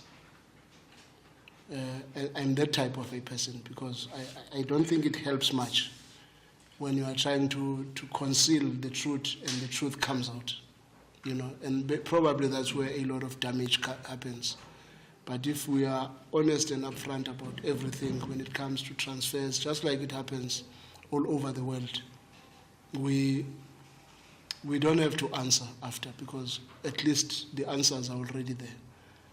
But I know sometimes that could cause issues in the change room and all that. That's Mamelodi Sundowns coach Manqoba Nciti here on the Morning Brief. Now, finally, motorsport. MotoGP will return to Hungary for the first time since 1992 after agreeing a deal with the Balaton Park circuit, which will host the race from next season. Having first race in Hungary in 1990, followed by a second race in 1992, the Premier class will return to the Central European country with provisional dates for the weekend of August 22nd, 2025. Now, the 2025 season is set to start in March with the Thailand Grand Prix. That's a wrap of sport. More top of the hour. I'm Zai Khan. The Business Update on SAFM. And for that, let's turn to Ndauling Lechela now. In Ndauling, I thought people drank a lot of beer in South Africa, and particularly those brands that are well known. But it would seem there's an issue with performance of Heineken, and it's impacting on Remgro. That's right, Tula. So in terms of beer, I think I can confirm that a lot of beer is being drunk, but AB InBev is proving to have a bit of a edge when it comes to that market. So the investment company Remgro, that has about an 18% stake in Heineken beverages, that includes brands absorbed from the Distell merger, has taken a hit. Remgro says the alcohol beverage maker had to navigate tough market conditions in the last reporting period, including consumer pressures as well as tough competition and a decline in demand for premium brands that dominate its market. This forced Remgro to write down a portion of its value in Heineken beverages, amounting to a 5.3 billion rand hit, which led to a 20% decline in full-year earnings. The discount of its share to its intrinsic net asset value, a key measurement of performance in investing holding companies, widened to 45.8% from 40.8%.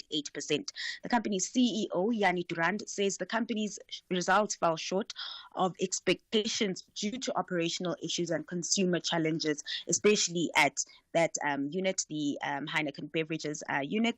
Despite economic improvement, though, these challenges impacted earnings. Durand, however, is confident that ongoing strategic efforts will help turn things around. And so the group hiked its dividend, lifting the payout by 10% to R2.64 per share.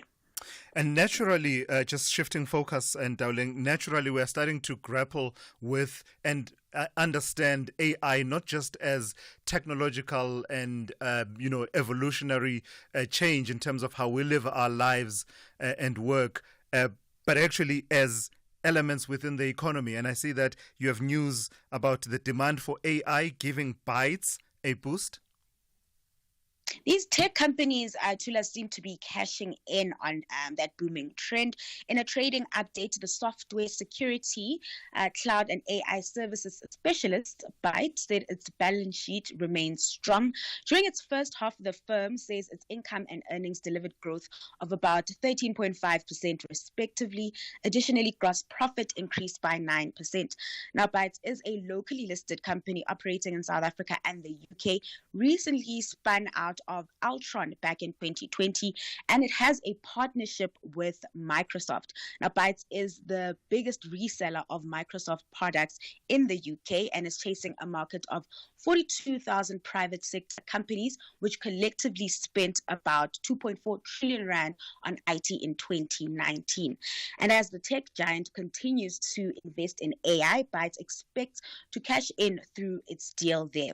The group is also benefiting from its cloud unit with investments in Cloud Bridge Technologies, which is Amazon Web Services partner. Markets, in the meantime, welcomed the update, sending that share up 9.5% higher in yesterday's close. All right, just a recap then on Asian markets, as well as looking at U.S. futures and the JSE from yesterday.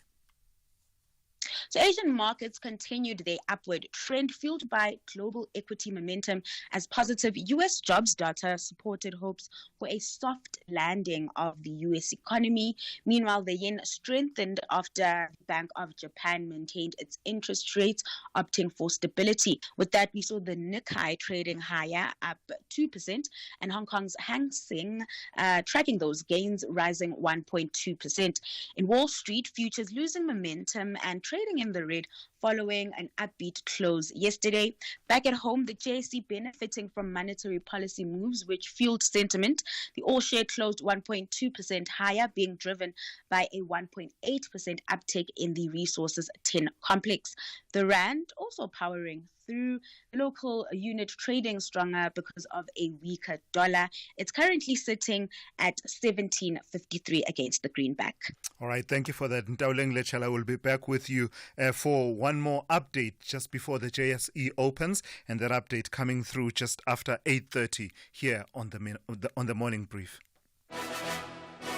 Weeknights on S3 are anything but ordinary. BBC Primetime brings you the best of British television from 9 p.m. till 11 p.m. You love drama? Then step into the world of Luther as he cracks down on criminals terrorizing the streets of London Monday to Wednesdays at 9 p.m. Top Gear will have you falling in love and rolling in laughter as Jeremy Clarkson and his team take you on an automotive journey like no other, Monday to Wednesdays at 10 p.m. Channel your best entertainment with BBC Primetime, only on S3. Open up. S3.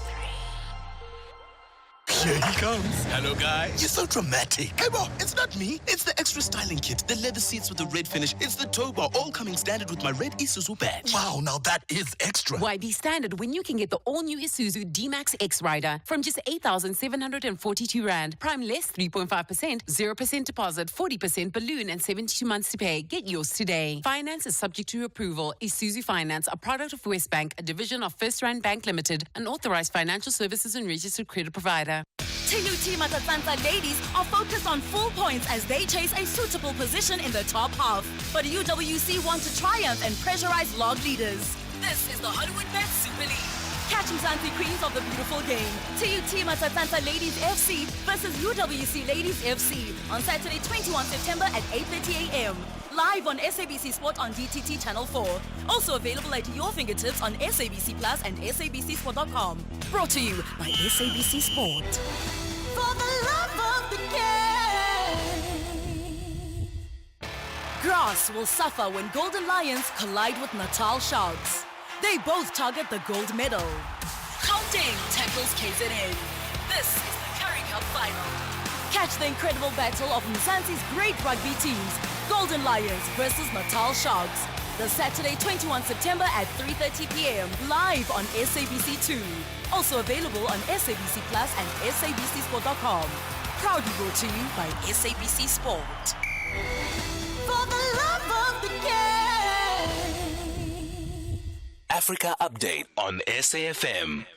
Let's turn to Sipho Mandula for that. Good morning, Raz. So your first story talks to me in a direct way because I think it is really a priority and you've not confined it to any geographic region on the continent. Cybercrime. There's a growing threat on the continent. Tell me a bit more about that. Refresh morning, Tulas and Jumbo Africa to the listeners. Indeed, Tulas, the United Nations Economic Commission for Africa came up with a report saying that the rise of cybercrime in the African continent is a growing threat when you look at 2023, 2024. They are saying that the cyber threats also cost up to 10% of the GDP annually to many member states.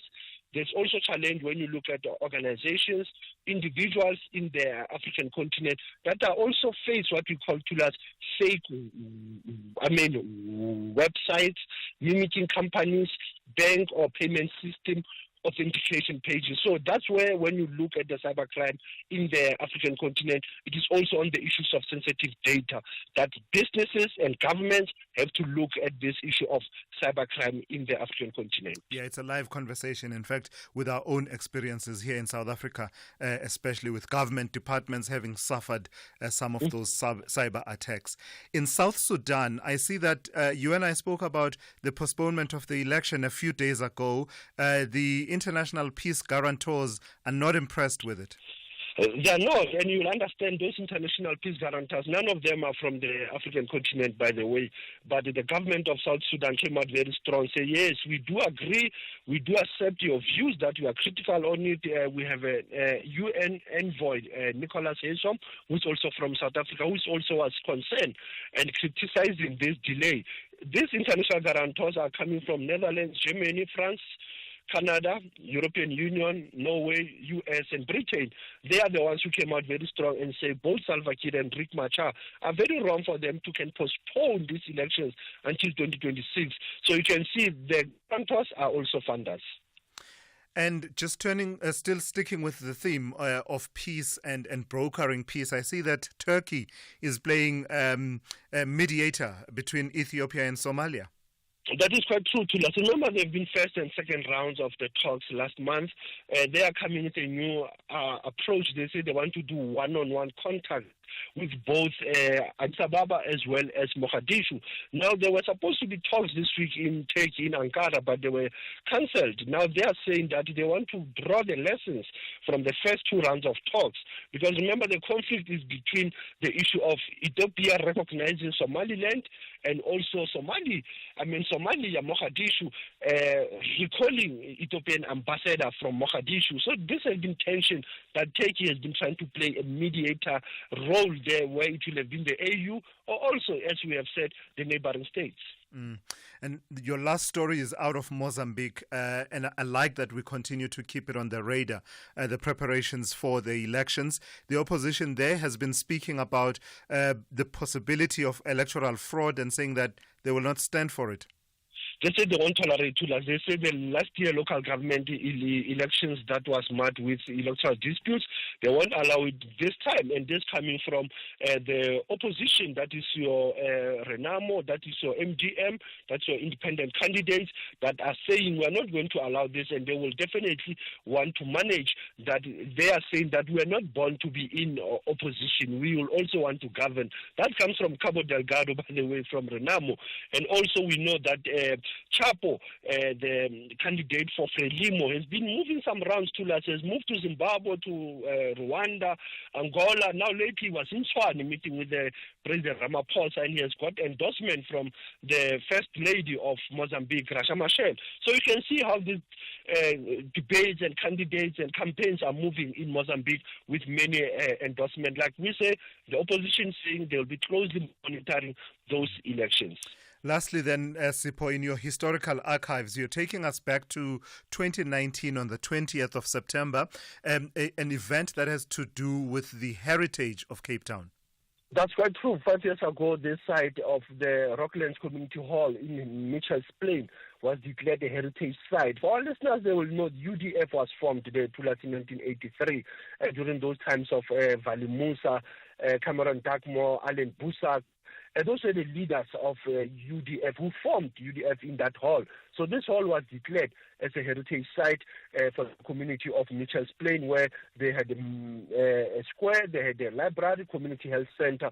So it is not just a heritage site, it is also responding to the needs of people of Western Cape. Asante sana Tulas, as we are still leading a conversation, SFM observing the Heritage Month. Beautiful. Thank you for that. Sipho Mantula there with your Africa update here on the Morning Brief. SAFM, guiding you through the rush hour traffic. Good morning. Top story is the beautiful heavy snowfall that we're seeing. September snowfall down in the Eastern Cape, higher grounds in the northern part of the province around Kala, Elliot, Barclay East. The snow quite thick this morning, so do take it easy. Expect some passes to potentially be closed as conditions may lead to those being too dangerous. And of course, the warning stays in place as that snow and cold front moves up into the higher grounds of Free State and KZN. There's warnings for today, tonight, and into tomorrow as well, especially on that N3 route, Ladysmith, Van Riemen's, Harry Smith region. So please not only check traffic conditions, but check weather conditions, what's happening. We are expecting big volumes across today and tomorrow ahead of, well, we've got school holiday study today, but of course a potential 4-day long weekend as well in Durban. The N3 south to get there from Gauteng, always a popular destination. And with that adverse weather around, you really will need to check before you travel. Other issues we're watching today, big crash coming into Durban from the North Coast area, just after Mhlali. There's quite a heavy backlog as you head down towards sort of Salt Rock and Shuckers Rock area. There's also a multi-vehicle pile-up on Durban's N2 North at Umgena Road. That traffic's heavy all the way back to the M7 Bluff exit. The N3 inbound from Pavilion's heavy, trying to get into that N2 North, and outbound you'll sit on that ramp to come off the N3 onto the N2 into the backlog as well. And then Cape Town, a bit of a double whammy this morning in terms of that busy Marine Drive. Not only the short timing traffic light, which have been short timing for a week now at Woodbridge Island, but also a taxi and another vehicle have collided at that junction. So from sort of Sunset Beach through the paddocks into Milnerton, very heavy. Also a crash holding up traffic on Century Boulevard this morning. Rotunga Road is the crashing going south at Century Link Road in the Century City area. Rob Byrne, SAFM Traffic. Weeknights on S3 are anything but ordinary. BBC Primetime brings you the best of British television from 9 p.m. till 11 p.m. You love drama? Then step into the world of Luther as he cracks down on criminals terrorizing the streets of London Monday to Wednesdays at 9 p.m. Top Gear will have you falling in love and rolling in laughter as Jeremy Clarkson and his team take you on an automotive journey like no other, Monday to Wednesdays at 10 p.m. Channel your best entertainment with BBC Primetime, only on S3. Open up. Ziwa non-stop in the Betway Premiership.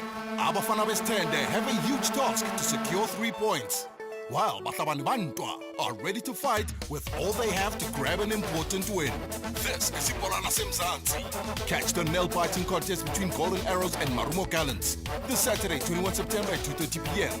live on SABC 1 and SABC radio stations. Also available at your fingertips on SABC Plus. Proudly brought to you by SABC Sport. For the love of the game. Listen up. You could be paying too much for car insurance. Be like 56-year-old Quentin, who called Outsurance for a quote and pays just 660 Rand per month to insure his white 2023 Hyundai Venue Motion. Do you think you could find a great deal too?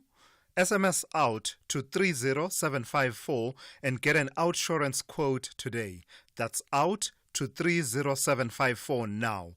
Licensed insurer and FSP, T's and C's online.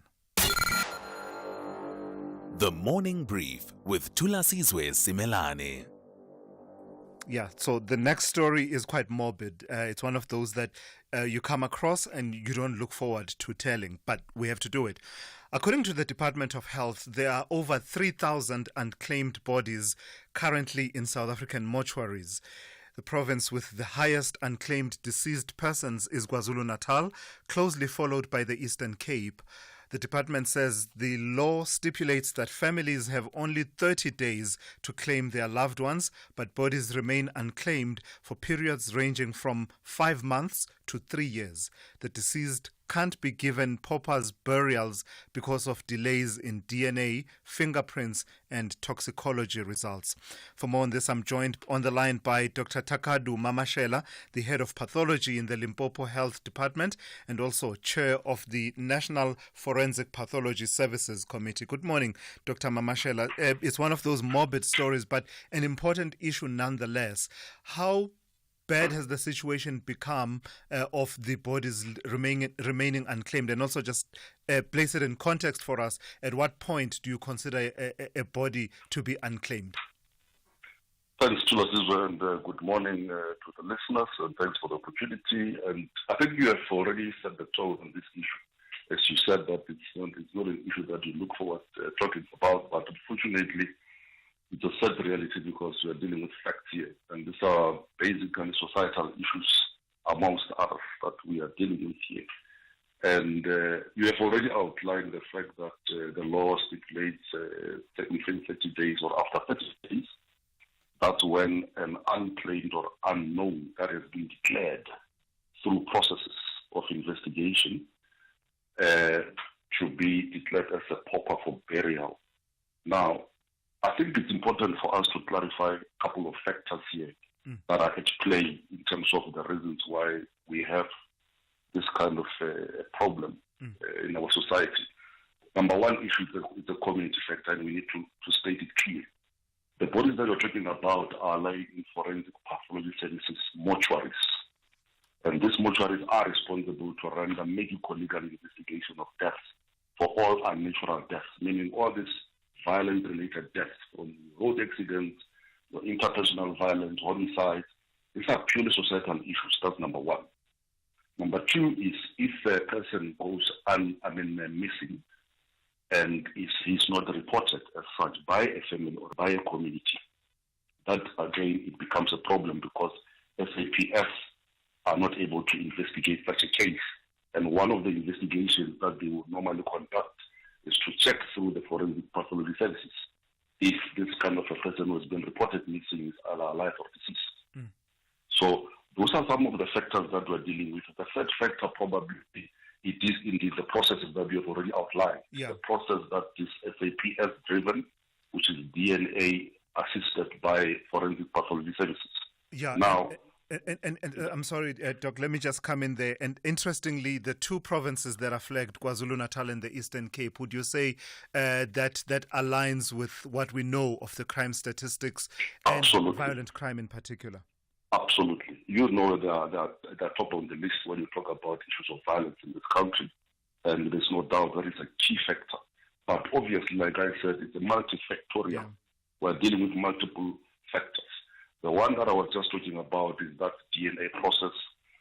However, that is it's not necessarily a major key driver on this because there are interactions between the stakeholders. Yes, you may have challenges where there are issues of communication in certain provinces, but there are issues. But again, with DNA, remember, and fingerprints, I'll give you a typical example.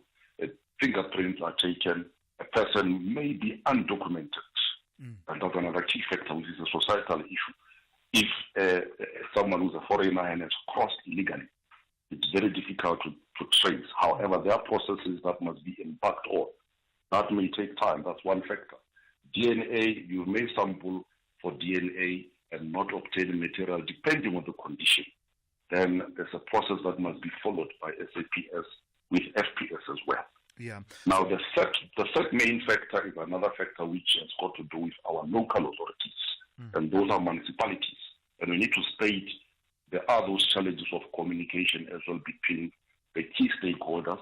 However, those have been looked at different levels, because ultimately, when SAPS and FPS are done and have satisfied themselves that they follow the processes scientifically, like we have indicated, then the SAPS officials will then issue a confirmation that they've done everything, and they're authorizing FPS to dispose that human remains as pauper. That's when the local authority now comes in, who are the municipalities who are tasked with that responsibility of bearing those bodies. Now, there are also challenges in that regard. So lastly then, what is being done to address this situation? What efforts are underway? Because I imagine that forensic pathology mortuaries, just like any other resources, they are limited. We can't keep having these unclaimed corpses piling up. Absolutely, you are right. And we are dealing with capacity issues. Hence, I said, one, societal issues of violence. Now, when a violent death has occurred, we need to admit that body and store it. Now, when you've got paupers occupying that space, you are compromising the quality of service that we're supposed to render. Now, what has been done? There are engagement at different levels. As you indicated, I'm the chairperson of the National Forensic Pathology Settings Committee. That is where all provinces are represented, including the stakeholder whose SAPS. It's represented by Major General Molauti, who's the head of forensic science laboratories. Now, there's data sharing between the parties, among the parties at that level, and there are strategies that have been discussed, and they are implemented in certain provinces, and they are in the process in certain provinces. I'll give you an example. As Limpopo, we elevated matters that have to do with the local authorities through various forums, such as intergovernmental relations, that is through the Premier's office, where we table these matters and highlight and the intervene. I've got to leave it there. Thank you so much for your time. Thank you very much for the opportunity to us. Dr. Takaduma Mashela, who's the head of pathology in the Limpopo Health Department, but also the chair of the National Forensic Pathology Services Committee. And that brings us to 8 a.m. Let's check in with N. Musa with the latest news.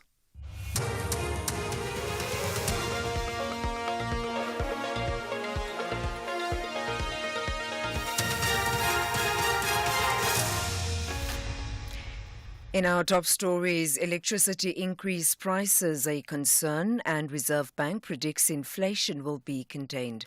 Good morning. Electricity and Energy Minister Thulasizwe Simelane says the increase in electricity needs to be treated with the urgency it deserves in order to avoid another energy crisis in the country. The minister said this during a debate on electricity price increases in Parliament. It follows the recent decision made by the National Energy Regulator to grant Eskom's tariff increase to recover 8 billion rand starting from 2021 to 2022 financial year.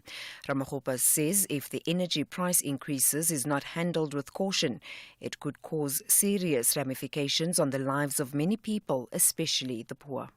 Escalation in energy prices touches every facet of our society, affecting the lives of ordinary South Africans, the viability of small businesses, industry, and the broader economy.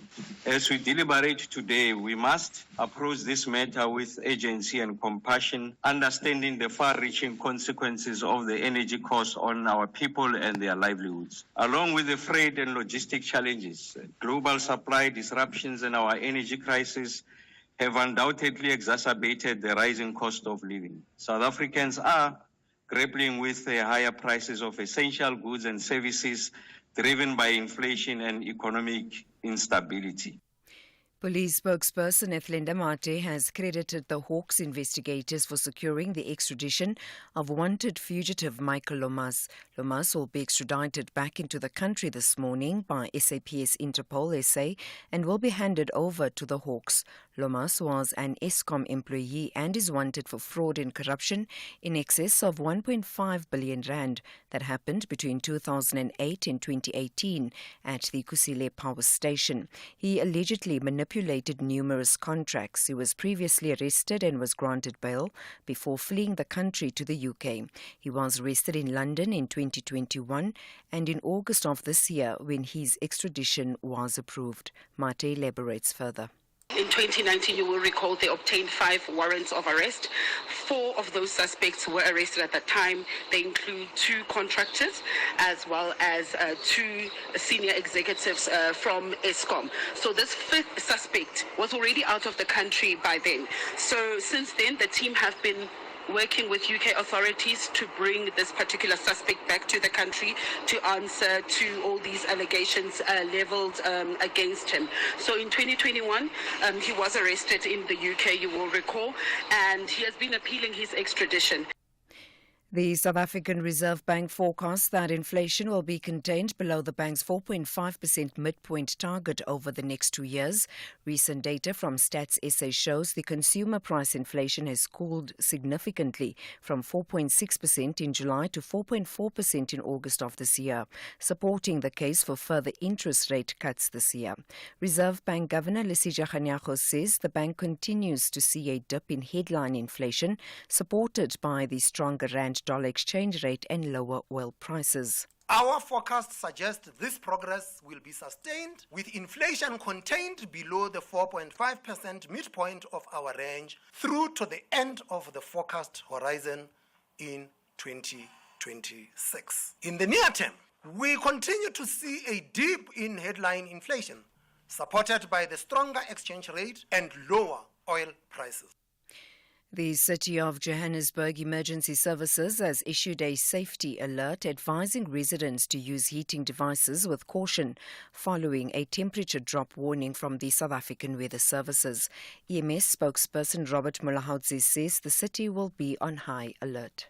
From our side, as the City of Johannesburg Emergency Management Services, we will remain on high alert over the weekend to make sure that we can be able to respond to all the emergencies which might occur in all 7 regions of the city. Recapping the top story, Electricity and Energy Minister Hossein Siramogopa says the increase in electricity needs to be treated with the urgency it deserves in order to avoid another energy crisis in the country. For SAFM News, I am Anne Musa.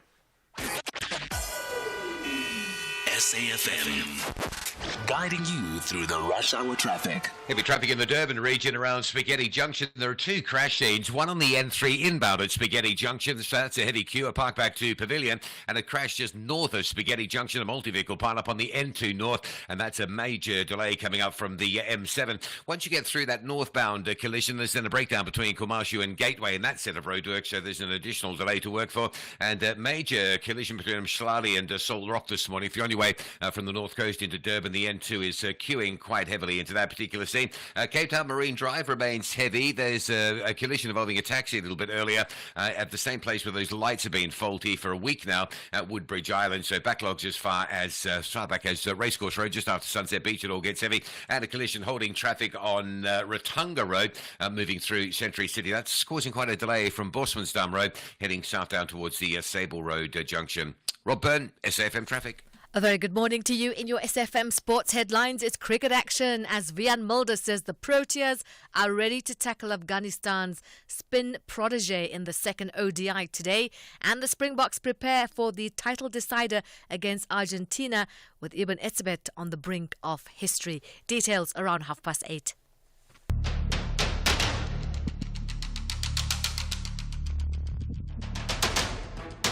The Morning Brief with Thulasizwe Simelane. Weekdays, Monday to Friday, 6 to 9 a.m. The Morning Brief with Thulasizwe Simelane. Weekdays, Monday to Friday, 6 to 9 a.m. Good morning, South Africa. It's good to have you with us on this Friday edition of The Morning Brief. We are into the third hour and multiple conversations that we've had over the last 2 hours. The last conversation, I must say, it left me reeling. The last conversation that we had just before the news with Dr. Takadu Mamashela, the head of pathology in the Limpopo Health Department, but also the chair of the National Forensic Pathology Services Committee. And that had to do with the over 3,000 unclaimed bodies currently lying in South African mortuaries, specifically the forensic pathology mortuaries, which look into people who die of unnatural causes. 3,000, over 3,000 of them, where the law says within a month the loved ones need to have claimed the bodies for burial, but the authorities telling us it can be anything from 5 months to 3 years that people lay unclaimed. And I like that he gave us a reality check, did Dr. Takadu Mamashela there, to say this traces back to the societal issues that we're dealing with, the high rates of violent crime in South Africa. That's why you're seeing KwaZulu-Natal and the Eastern Cape having the bulk, the large number of unclaimed bodies. We've got to deal with that. Undocumented migrants, the difficulty that he was highlighting there, that sometimes you take fingerprints, but the person's fingerprints doesn't exist anyway for you to match. Then you have a problem. That person's body lies unclaimed for a very long period of time. Municipalities dealing with that particular issue. So I wonder what your experiences are. Feel free to share them with me. The other concerning issue, of course, is the one in which the Deputy Minister of Water and Sanitation, David Mahlobo, weighed in the last hour about the possibility of 2 water boards, Val Central as well as Machalis, possibly becoming bankrupt because of the debts that are owed to it. So 23 billion rand, we're told, is what the municipalities owe water boards, and that has got them in dire financial straits, and everyone is scrambling to try and find solutions. And of course, a bit earlier on, we had the conversation about the rate of granting parole to offenders sentenced to serve life in prison, the rate of the new minister, Pieter Groenewald, in the Government of National Unit. Get this, he's said to have approved just 23 of the 385, is it 385? Yeah, I think 385 processes, that applications that he has received since becoming minister. And that's a rate of about 6%, we are told. So reflections on that, the parole system and regiment. Let's get into the third hour then. We will be having all of your regulars and Musa with news updates every half hour. Rob Byrne with your traffic every 15 minutes or so. Zaikan is watching your sport throughout the morning, and Ndauleng Lechela has your economics, business and market news. We are taking your calls. The number is 086 000 2032, and you can send us your WhatsApp voice notes to 061 410 4107. The third hour of the morning brief starts now. The wait is finally over, and we can safely say that Tropica Island of Treasure is back to serve you some really great entertainment. Tune into S3 from the 28th of September to cheer on the 7 teams who will be vying to win a shared prize of 1 million rand, a brand new car each, and become the champions of Tropica Island of Treasure Season 11. Fancy 50,000 bucks? Predict the champions of Tropica Island of Treasure, and you might be sipping that cold, refreshing Tropica all the way to the bank. Follow at MyTropica and at SABC3 for more information. Channel your inner champion with Tropica Island of Treasure. Starts Saturday the 28th of September at 6:30 p.m. only on S3. Open up. S3. Are you blowing your paycheck on car insurance every month? Monica, 39 from Three Rivers, pays just 1,515 Rand a month for her 2018 BMW 320i. Give our insurance a call. It's a win-win. You can't lose. Real savings, real benefits. Here's Yusuf. Help it out. The service was quick. Absolutely phenomenal service from our insurance. SMS out to 30754 now. That's out to 30754. Outsurance is a licensed insurer and FSP. T's and C's online. Ziwa non-stop in the Betway Premiership. Abafana Westende have a huge task to secure 3 points, while Batlabani Bantwa are ready to fight with all they have to grab an important win. This is Ipolina Semzansi. Catch the nail-biting contest between Golden Arrows and Marumo Gallants this Saturday, 21 September at 2:30 p.m. live on SABC 1 and SABC radio stations. Also available at your fingertips on SABC Plus. Proudly brought to you by SABC Sport. For the love of the game. Call Thulasizwe now. 086 000 2032. All right, let's have the conversation. Let's speak to Stay out in Durban. And Stay, you want to talk about crime in South Africa. Good morning to you. We are really in a big problem for South Africans. You know, when you are staying in a country and you have a problem of crime that you can get, you don't have a remedy. So, and you will find that you'll have people who will come and tell you that they're doing something for crime. And all the crime that I see happening, it comes straight from poverty. People who are doing crime, they come and steal people's money. They come into people's houses. Here in Durban, in the townships, especially in an area of Marshall and the inland, there are a lot of people who are experiencing a lot of crime, and it's being treated by kids class. And I don't understand why government is not doing anything about it, because, you know, when you see people being killed by cops, yes, I will see that, but I don't see that being a solution. You need to attend to problems. In fact, we have a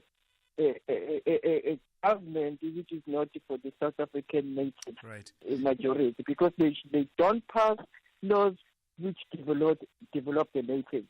Right. But instead, we have a country which is rented by white business and Indians and some Askaris which are enjoying the freedom. And you find them in all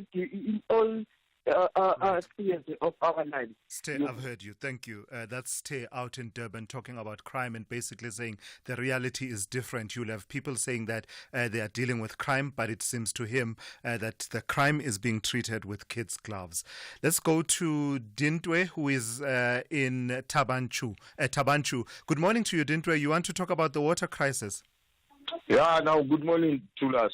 Now, the thing is a suggestion that I'm always making when coming to this crisis of water and electricity, that why the national government can't enact a law that says we as a resident or citizen, we must pay what is due directly to the suppliers. Like Eskom, we pay directly to Eskom.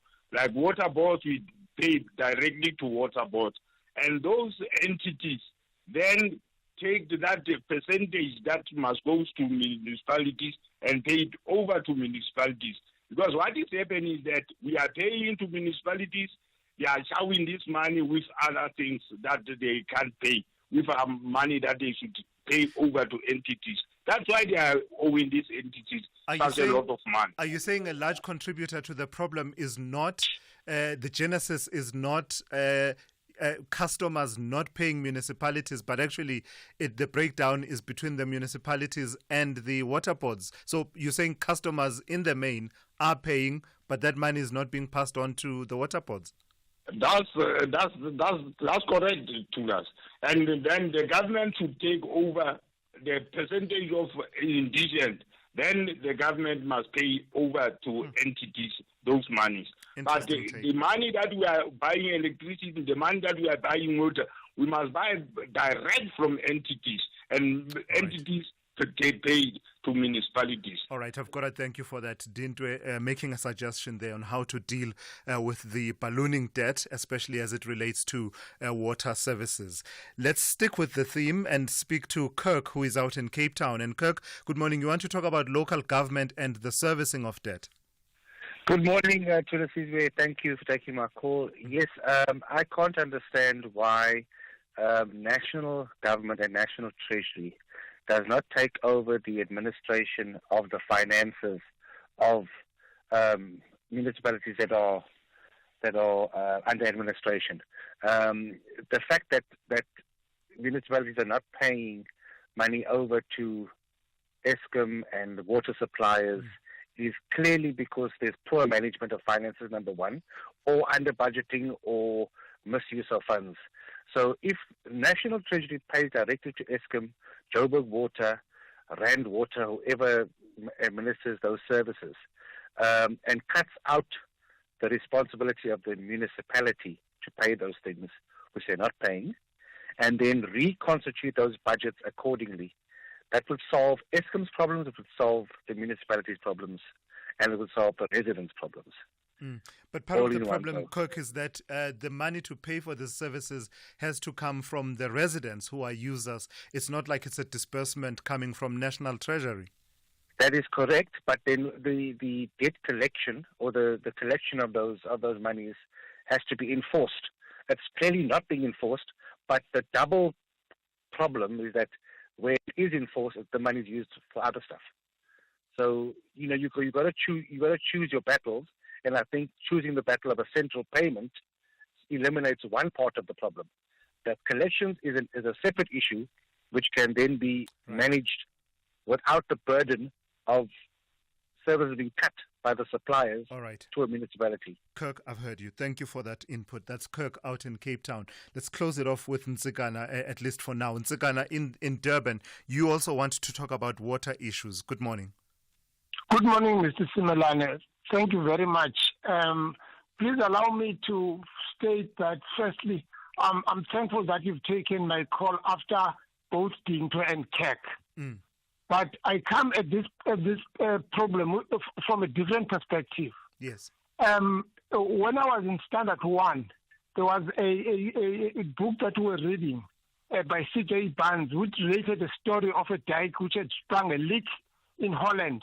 And two boys were walking past, and they saw this was a problem. And one put a thumb on the small leak, and the other one ran for help, Mr. Simelane. Yes. Now, those boys knew what they were doing. In light of what Mr. Mashobo has been talking about, this problem started at a very minimal level and escalated to the level at which it's at.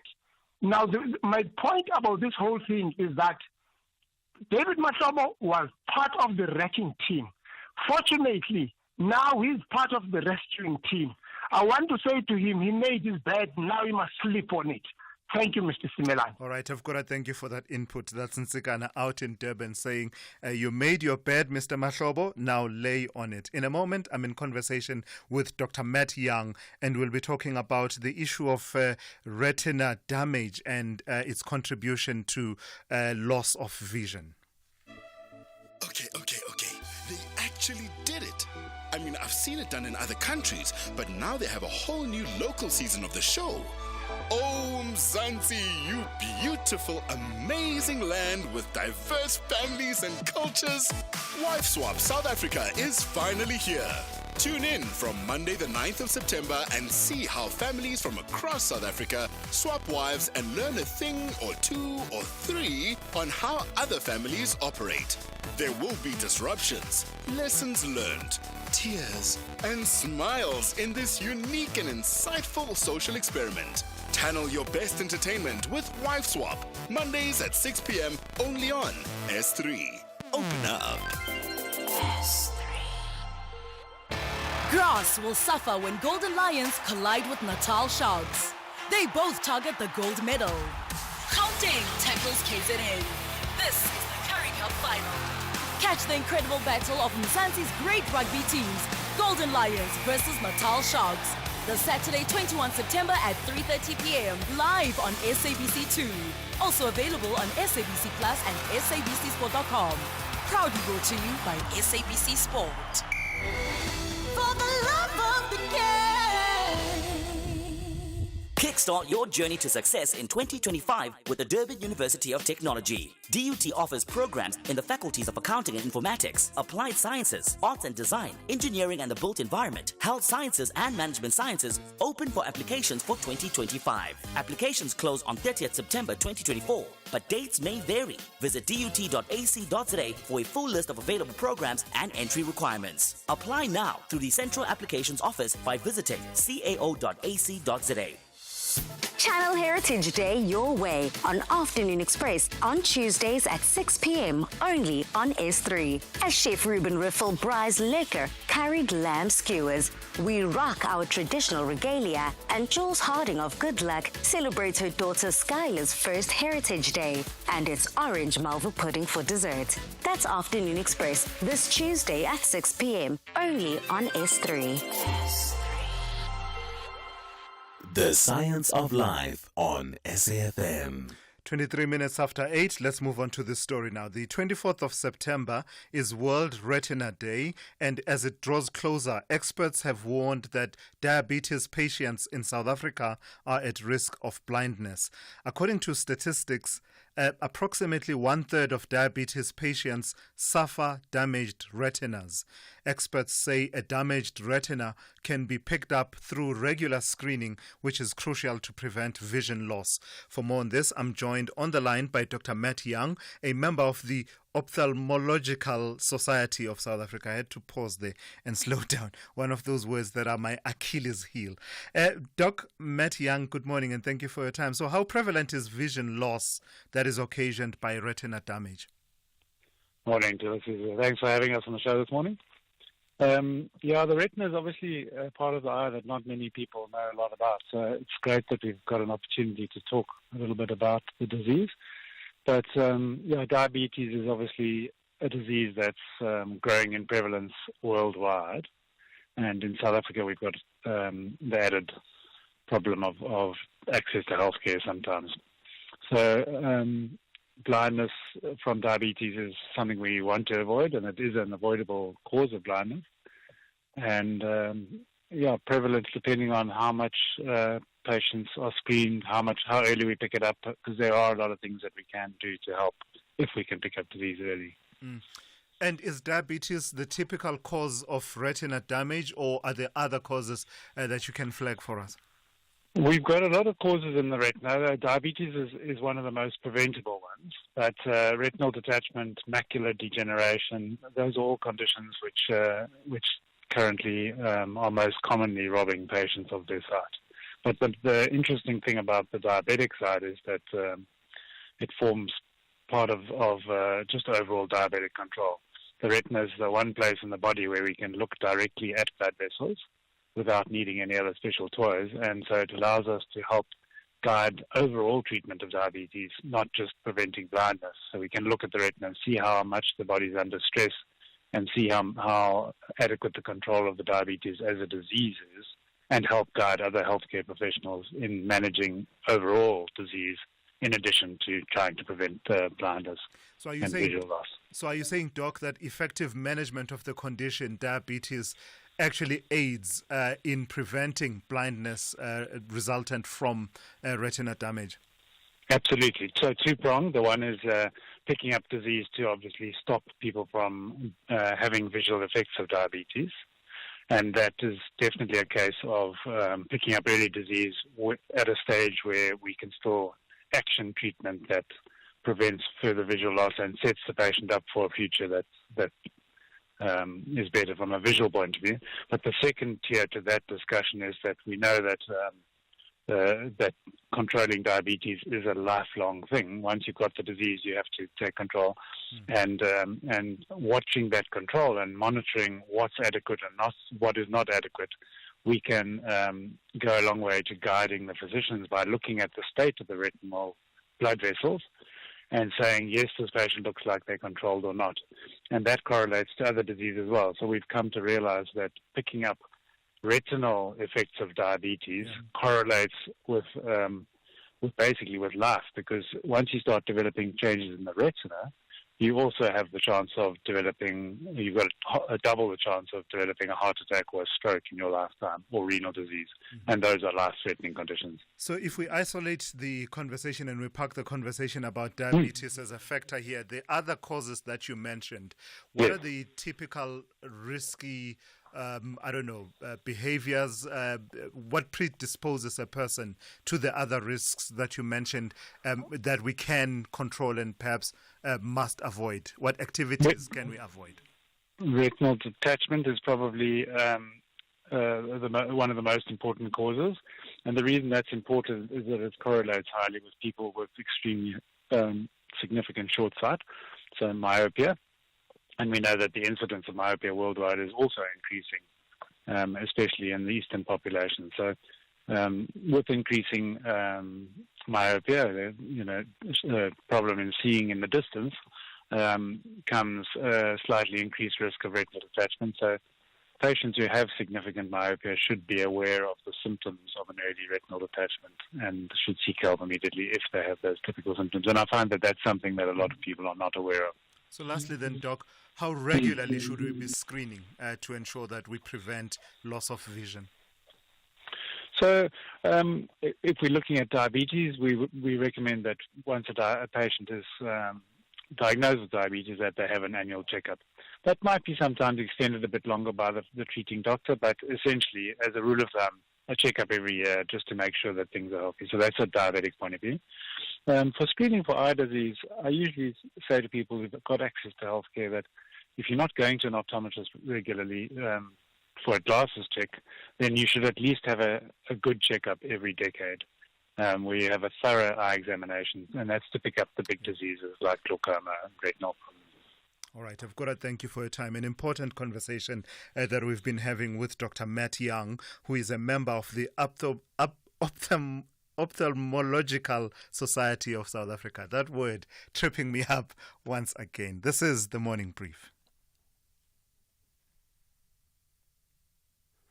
All right, let's see if we can hear one of your voice notes before we go to news headlines. A lot of conversations that have been on the go that have got you talking. Things such as unemployment, Eskom, the issue of the water boards, as well as the conversation that we had earlier on around parole, the parole system in South Africa.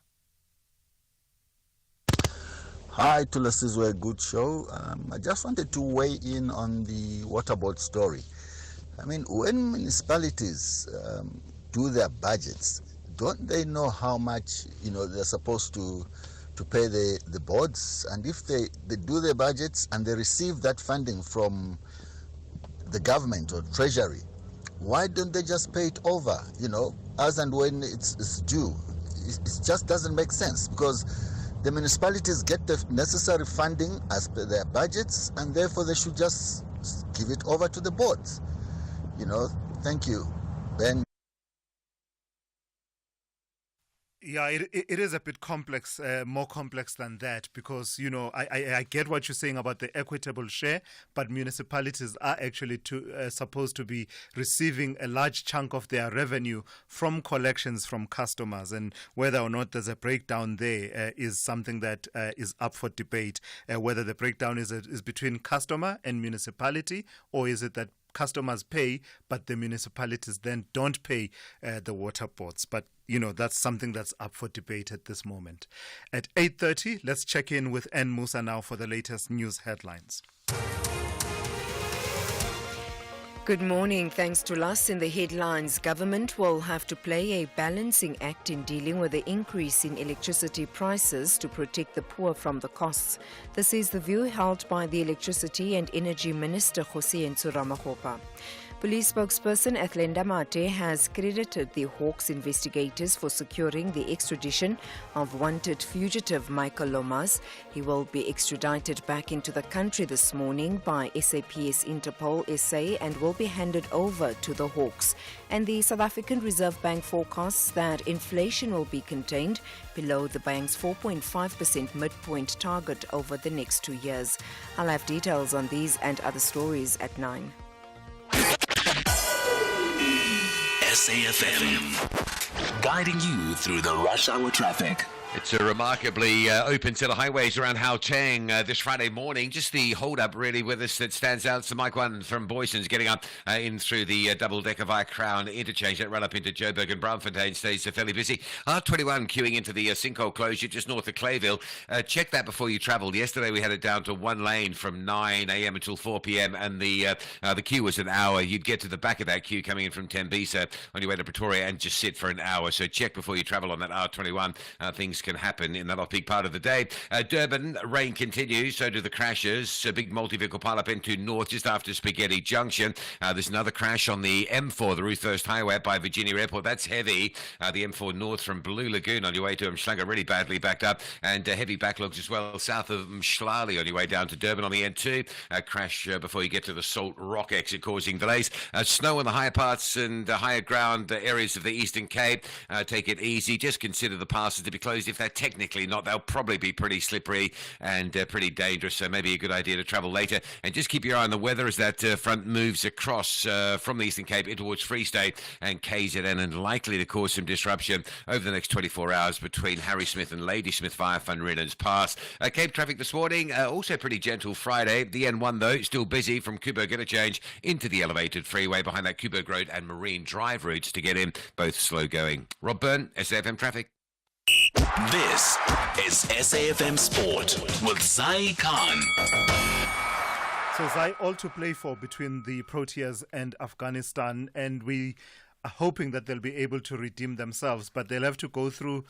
Afghanistan has got a young 18-year-old spin sensation. Yeah, he goes by the name of Ghazan Far, and he's wreaked havoc for us in that first ODI. So I'm hoping that we had Vian Mulder. He was a standout performance for the team, and I just hope that we'll need a better all-round effort today. Yeah. And that's 2 p.m., which is when the first ball will be bowled, all happening in Sharjah.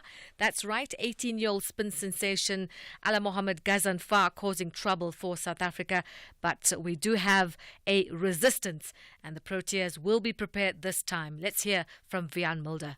We found the conditions quite tricky. I think they just had a passage of play where things went their way, where they created a lot of momentum, and it was extremely difficult to combat that at the stage. But yeah, I think we're going to try our best to put in the best plans we can going forward into the next ODI and rectify some of our wrongs that we made in the first ODI, and hopefully we can play and put on a much better display. On to rugby. Springbok powerhouse Eben Etzebeth is on the verge of equaling Victor Matfield's record of 127 caps as South Africa face Argentina in a potential rugby championship decided tomorrow. Despite the milestone, Etzebeth remains focused on the game, emphasizing that the goal is to secure the title. The Springboks need just 3 points to clinch the championship, but Los Pumas, they are fresh off a 67-point win against Australia and they stand in their way. Meanwhile, Springbok prop Oxen Chair is ready for that fierce showdown with Argentina, highlighting the importance of squad depth, noting that every player must step up in a physical game like this. A win this weekend secures the Rugby Championship title for the Springboks. Let's hear from Oxen Chair himself. It means a lot. I mean, it just gives credit to the squad that we like that we have actually built. I mean, we've had, and I think with a lot of teams where we've had the inconsistency in how we play, and now we've actually been showing consistent. Even though after we won the World Cup last year, we've just kept on growing and getting better and getting tighter as a team, and it will mean a lot. It would just amplify the fact that we actually achieving what we want to achieve as a goal, and we just keep moving forward. Springbok prop Oxen Chair on the morning brief. Now, golf live golfers will be eligible for the Ryder Cup and the PGA Championship, according to the PGA of America, which aimed at a move to ensure access to top talent. Now, since the early days of the upstart Saudi-backed series, the PGA Tour has banned live players from competing in its events, making it hard for live players to earn world ranking points and qualify for majors. But PGA and live players have faced each other at major tournaments in recent years, with Liv's Brooks Koepka winning last year's PGA Championship for his 5th major crown and receiving a captain's pick, and that was at last year's US Ryder Cup team. Finally, boxing. The stage is set for a thrilling heavyweight clash tomorrow as Anthony Joshua takes on Daniel Dubois at Wembley Stadium. Now, Joshua is hungry for redemption, remembers a past sparring session where Dubois landed a powerful shot. Now he's determined to return the favour. Dubois is eager to solidify his title after bouncing back from a tough loss to Joe Joyce and promises to do whatever it takes to win. Both fighters ready, and promoter Frank Warren predicts a fight for the ages. Let's hear from Anthony Joshua. Showed Daniel and his whole team the respect they deserve during training camp, and that's going to put me in good stead on Saturday. So yeah, I'm tough. So is he. As Frank said, we've got all similarities. So may the best man win, really. And good luck to him. Good luck to his team. Thank you to my team for their efforts as well. Yeah, British boxing. One thing when I first started boxing, I said I want to bring the heavyweight division back alive in the UK, and I think we've done that. That's how we wrap up sport on the Morning Brief. We'll have more on SFM around 12:30 with John Hediger. I'm Sai Khan. The Business Update on SAFM. Let's bring in Dowling Lechela now for that business update. And Dowling, a 25 basis points cut yesterday, but the reading is that actually we're at the top of a downward slide in as far as interest rates are concerned, is it? That's right, but I guess we can at least say there is finally some relief for consumers, even though it might take some time to filter through to the economy. The local Reserve Bank cutting rates for the first time since the COVID fallout. As you mentioned, a 25 basis point reduction, which was expected, especially as inflation slows and after the Fed lowered rates by 50 basis points on Wednesday. This was a unanimous decision from the Monetary Policy Committee. The team assessed key scenarios, including keeping rates unchanged, cutting by 25 basis points, or cutting by 50 basis points. Many analysts say that the suggestion of cutting rates by 50 basis points suggests that we could see steeper cuts down the line, especially in November, if inflation moves at the trajectory it's moving at. Now, this move in particular marking a shift towards a less restrictive stance to support lower inflation in the medium term. The repo rate now sits at 8% from 8.25%, and the prime rate at which banks lend money is 11.5% from 11.75%. Interesting that it was a unanimous decision from the members of the MPC. You don't get those too often. There's always a dissenting voice or two in that room. Let's turn to company news now. I see that Discovery is seeking to turn around its UK unit. What's that all about?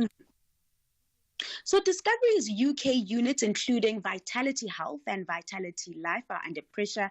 That unit reported a 14% fall in operating profit to 647 million rand as rising claims exceeded premium growth.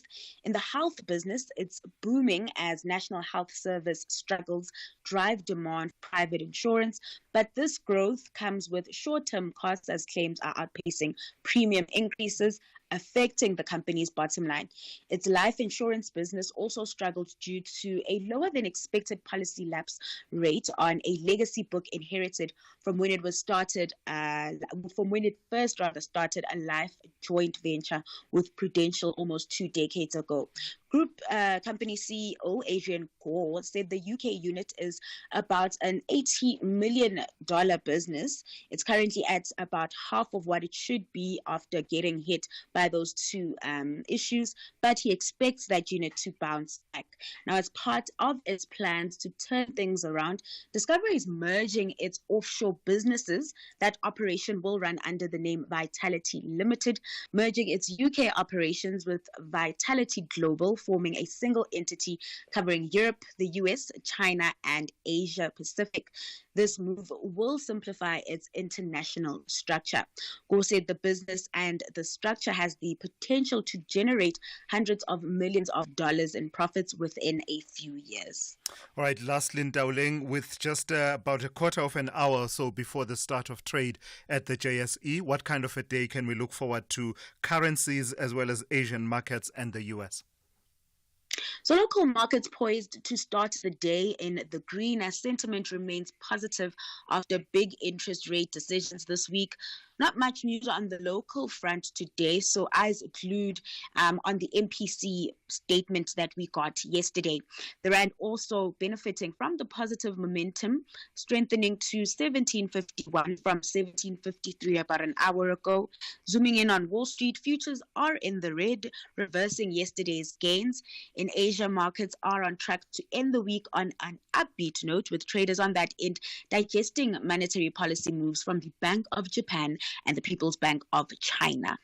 All right, I've got to thank you for that. Have yourself a great day and an even better weekend, Ndauling. Ndauling Lechala. Appreciate it. Yeah. Ndauling Lechala has been watching your all news to do with the economy, business, as well as the markets for you throughout the morning here on the Morning Brief.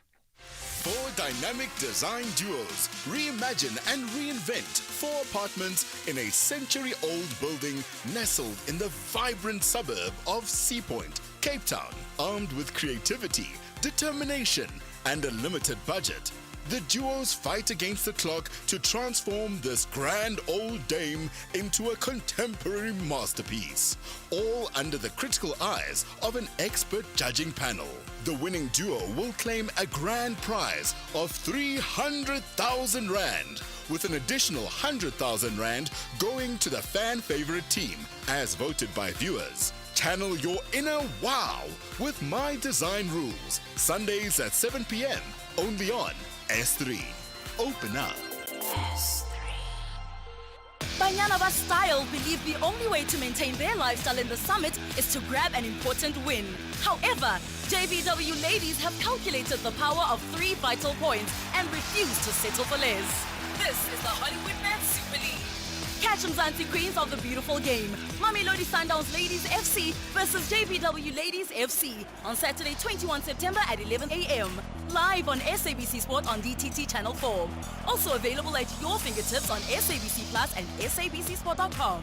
Brought to you by SABC Sport. For the love of the game. Ask me how I know that 50% of car claims are pre-approved instantly. That's because I was one of them. Yeah, they got my car back on the road with the first repair. I submitted my claim on the ANG app. I didn't even have to call. Auto & General is proud to be recognised as South Africa's best car insurer by Forbes and The Star for short-term insurance. Isn't it time you switch to award-winning cover? Visit autogen.co.za. Auto & General. Never not there. ANG is a licensed non-life insurer and FSP. T's and C's online. Channel Heritage Day your way on Afternoon Express on Tuesdays at 6 p.m. only on S3. As Chef Ruben Riffel Bry's Liquor carried lamb skewers. We rock our traditional regalia, and Jules Harding of Good Luck celebrates her daughter Skylar's first Heritage Day, and it's orange malva pudding for dessert. That's Afternoon Express this Tuesday at 6 p.m. only on S3. The Morning Brief with Thulasizwe Simelane. To this story now, the Restaurant Association of South Africa says the Department of Labour has not been truthful about laws governing remuneration in the sector. This week, the Labour Department launched a 4-day inspection blitz in various restaurants following growing reports of worker exploitation. But the Restaurants Association of South Africa says claims that workers are paid below the minimum wage are not entirely true. Let's speak now to the CEO of the Restaurants Association of South Africa, Wendy Alberts. Good morning to you, Wendy, and thank you for your time. So where is the Department of Labour getting it wrong in as far as remuneration and the prevalence of exploitation is concerned?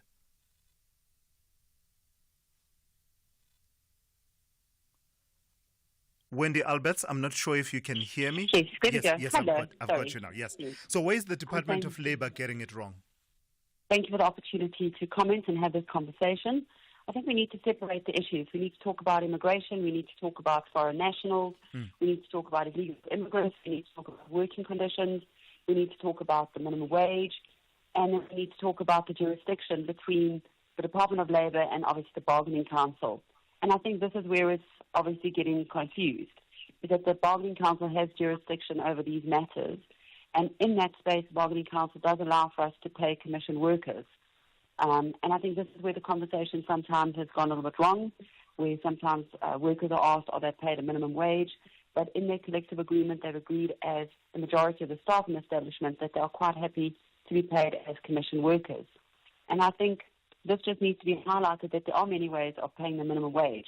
It doesn't have to be called the minimum wage. But the big key aspect is that the minimum wage, if they are not reaching the minimum wage through commission, the owner is obligated to top it up to the minimum wage. So are you saying that there are nuances to this conversation, particularly the whole issue of the method of having these workers as commission earners actually covers the issue of paying a minimum wage? Is that how I understand you to be explaining it? It's not as clear as black and white because we are part of the Bargaining Council in this particular area, so we do have jurisdiction with them, and they have a determination document which outlines all the working conditions, the minimum wage, the hourly rates, etc.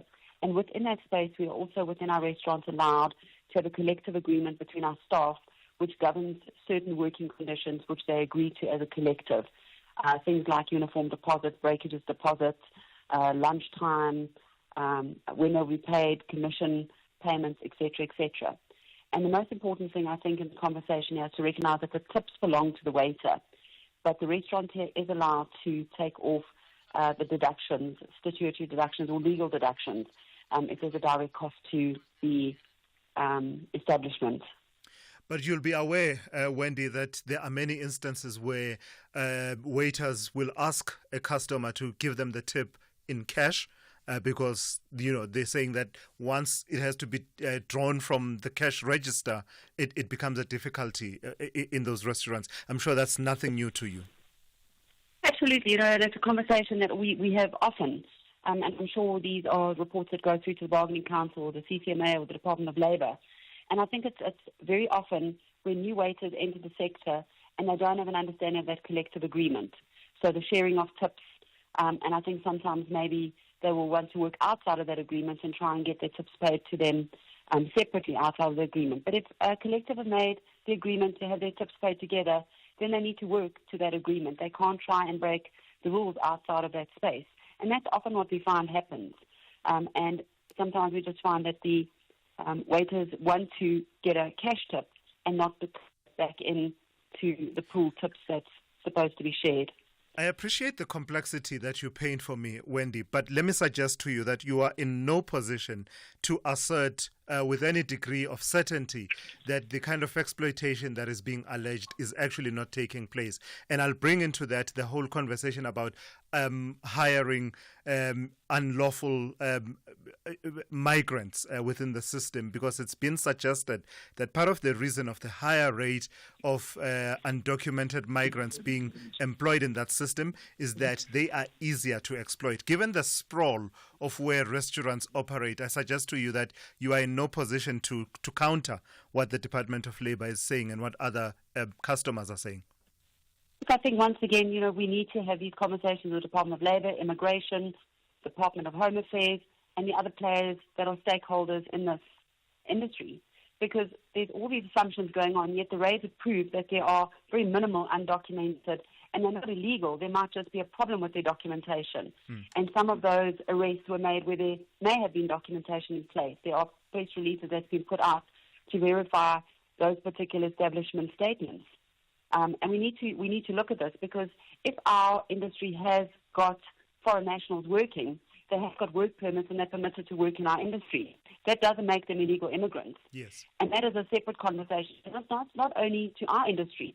This is to many industries across the board. So when we're having this conversation about documented foreign nationals, we need to have this conversation with everyone else and every other industry. Absolutely. And as the raids are taking place in our industry, they can't only highlight our industry. They need to go and do the raids on all other industries. And whilst we're talking about the raids, I think that one needs to also look at the fact that we are legal businesses. We are businesses that are established. We've got financial investments. We have leases. We put high investments into these businesses. And we're not opposed to having these audits. We don't mind them coming in and having audits. But we're just saying that there needs to be a better way of doing it. There needs to be a more respectful, dignified way of doing it. Right. Because we talk about poor working conditions, yet we're coming in and we're raiding restaurants and intimidating staff and intimidating junior managers. All right. Then that also, doesn't fit well with us. Okay. And the last point I just want to make before you go is the consistency of information that is disseminated. And I think we need to ensure that the people who are giving out the information from the authorities are all certain that the information that they're giving to us, especially in terms of the permits, the ZDPs, we need to get clarification on this, not only for us as an industry, I think for South Africa in general. Sure. And Point I think well Home made. Affairs needs to speak out on this. Point well made. I've got to thank you for your time, Wendy Alberts, who is the CEO of the Restaurants Association of South Africa. SAFM, guiding you through the rush hour traffic.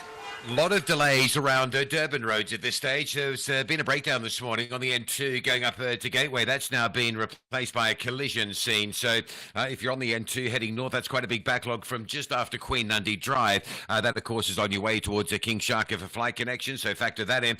The alternative M4 going north also has a crash, quite a bad one, up at Virginia Airport. So heavy from Blue Lagoon on your way north towards the Umhlanga area. And an earlier crash after Umhlali seems to be cleared up. That was causing quite a big backlog on the Durban-bound carriageway, but it has been cleared. There is a crash scene just south of Howick at Mpopomeni on the 617, and it's quite a serious collision, that. So there are some delays at both directions. Snow around Kokstad that we're seeing this morning in the KZN region. Lots of snow around higher ground parts of the Eastern Cape.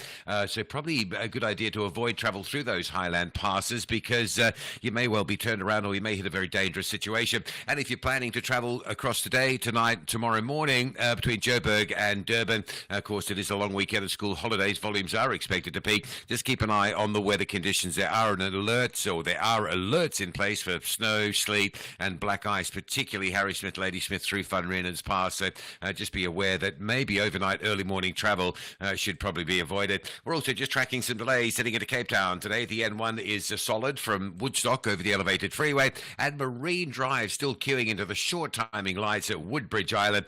You'll sit in traffic on that section probably until about sort of 2 o'clock this afternoon. Only after 2 does the volume ease, and therefore the traffic starts to flow again. Rob Byrne, SAFM Traffic. Africa Chibembe. As trees and flowers blossom, the nation gets brighter and excited for sporting action. Tune in to SABC Sport on DTT Channel 4 and SABC radio stations. Also available everywhere for everyone, always on SABC Plus and SABCSport.com. SABC Sport celebrates the nation's diverse culture and heritage. Happy Heritage Month. Proudly brought to you by SABC Sport. For the love of the game. Teluti Matatanta ladies are focused on full points as they chase a suitable position in the top half. But UWC want to triumph and pressurize log leaders. This is the Hollywood Bet Super League. Catch Mzansi Queens of the beautiful game. TUT Matatanta Ladies FC versus UWC Ladies FC on Saturday 21 September at 8:30 a.m. Live on SABC Sport on DTT Channel 4. Also available at your fingertips on SABC Plus and SABCSport.com. Brought to you by SABC Sport. For the love of the game. And we went on a water safari, and Mom spotted a hippo, and it said, There is a place where you can see wonder and the wild, with breathtaking scenery and endless landscapes. Enjoy good food and embrace great taste. And the next day we went to the Reed dance. I saw the maidens handing over reeds to the mighty Zulu king, and the Zulu warriors chanting, Baye! Explore all this and more in the magical Zulu Kingdom. This message is brought to you by KZN Tourism and Film Authority. Spurs set their sights on 3 points and trust their strategy to contain their visitors. And there's the flick, and there's the goal. Ted Joe Porro. While the Bees have a huge responsibility to illustrate that if they play impressive football for the entire duration, they will march out of the pitch a happy outfit. Narrow angle, hits the post, back to Mbeumo, 1-0. This is the Premier League. Catch the thrilling contest between Tottenham Hotspur FC and Brentford FC on Saturday 21 September at 3:30 p.m. live on SABC3. Also available at your fingertips on SABC Plus and SABCSport.com. Proudly brought to you by SABC Sport. For the love of the game. Thulasizwe Simelane on the Morning Brief. Weekdays, Monday to Friday, 6 to 9 a.m. All right, let me take a quick call from Pat in Alberton. Pat, you want to talk to me about municipal finances. Please, if you can, keep it short, sharp, and to the point for me, please. Oh, yes. Tulas, I think this will have a domino effect in all other municipalities. I think it will be better for Salga to start planning. We should have a scenario where we start planning around reducing all our services like electricity, like water, because all these water boards are going to fall gradually. So I think we need to sit down and have a program. How are we going to plan our way forward? Where we have a system where we really reduce the usage of water, the usage of electricity, so that people and municipalities can survive. People are unemployed. We can't be having development for the sake of development, because development has to do with expenses, and people are not employed. All right. That is my comment in short. I've got to thank you for that, Pat. Pat out in Alberton weighing in on municipal finances and suggesting possible solutions. Good morning to us and good morning to us FM listeners. That lady from the Restaurant Bargaining Association, she's a restaurant owner and she's probably practicing some of these things because she's not impartial, literally. In her way of doing stuff, she's not so impartial. And also, she's saying that things need to be dignified in our industry or whatnot. But then her way of doing stuff is not impartial at all. Because we are talking from people's experiences and she wants to dispute people's experiences. That's something else. Thank you. Thulasizwe. The reason why these people employ foreigners, there must be an advantage somewhere there, because they hire foreigners rather than hiring South Africans. Why is it like that? Because the ratio, you can check the ratio. It's 10-1 to South African. 10 foreigners, 1 South African. What is the reason for that? What is the reason? There must be an advantage there. There is an advantage in exploitation. The simple as that. We don't have to beat about the bush. Norman from Brixton. Yeah, no, I hear you there, Norman. The explanation from Wendy Alberts is to say that actually the ratio may not be as high as people believe it is, but also where there are issues of unlawful migration, those issues must be addressed beyond just the restaurants industry, but other sectors as well. But I hear the point that you are making, and we did put it to her, and she responded to it. I've got to thank you for your time and listening this week. Have yourself a great weekend, and thank you to the team that put it all together from our side. The Talking Point with Kathy Mohlahlana is up next. But before I go, Essential Cover from Outsurance pays out claims in cash, allowing you to choose your own panel beater. SMS CAR to 43187 now.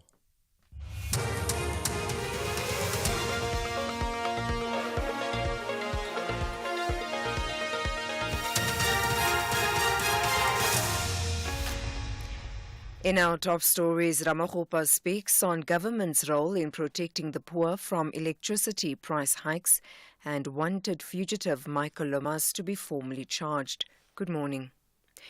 Government will have to play a balancing act in dealing with the increase in electricity prices to protect the poor from the costs. This is the view held by the Electricity and Energy Minister Thulasizwe Simelane. The minister says the 7th administration in the government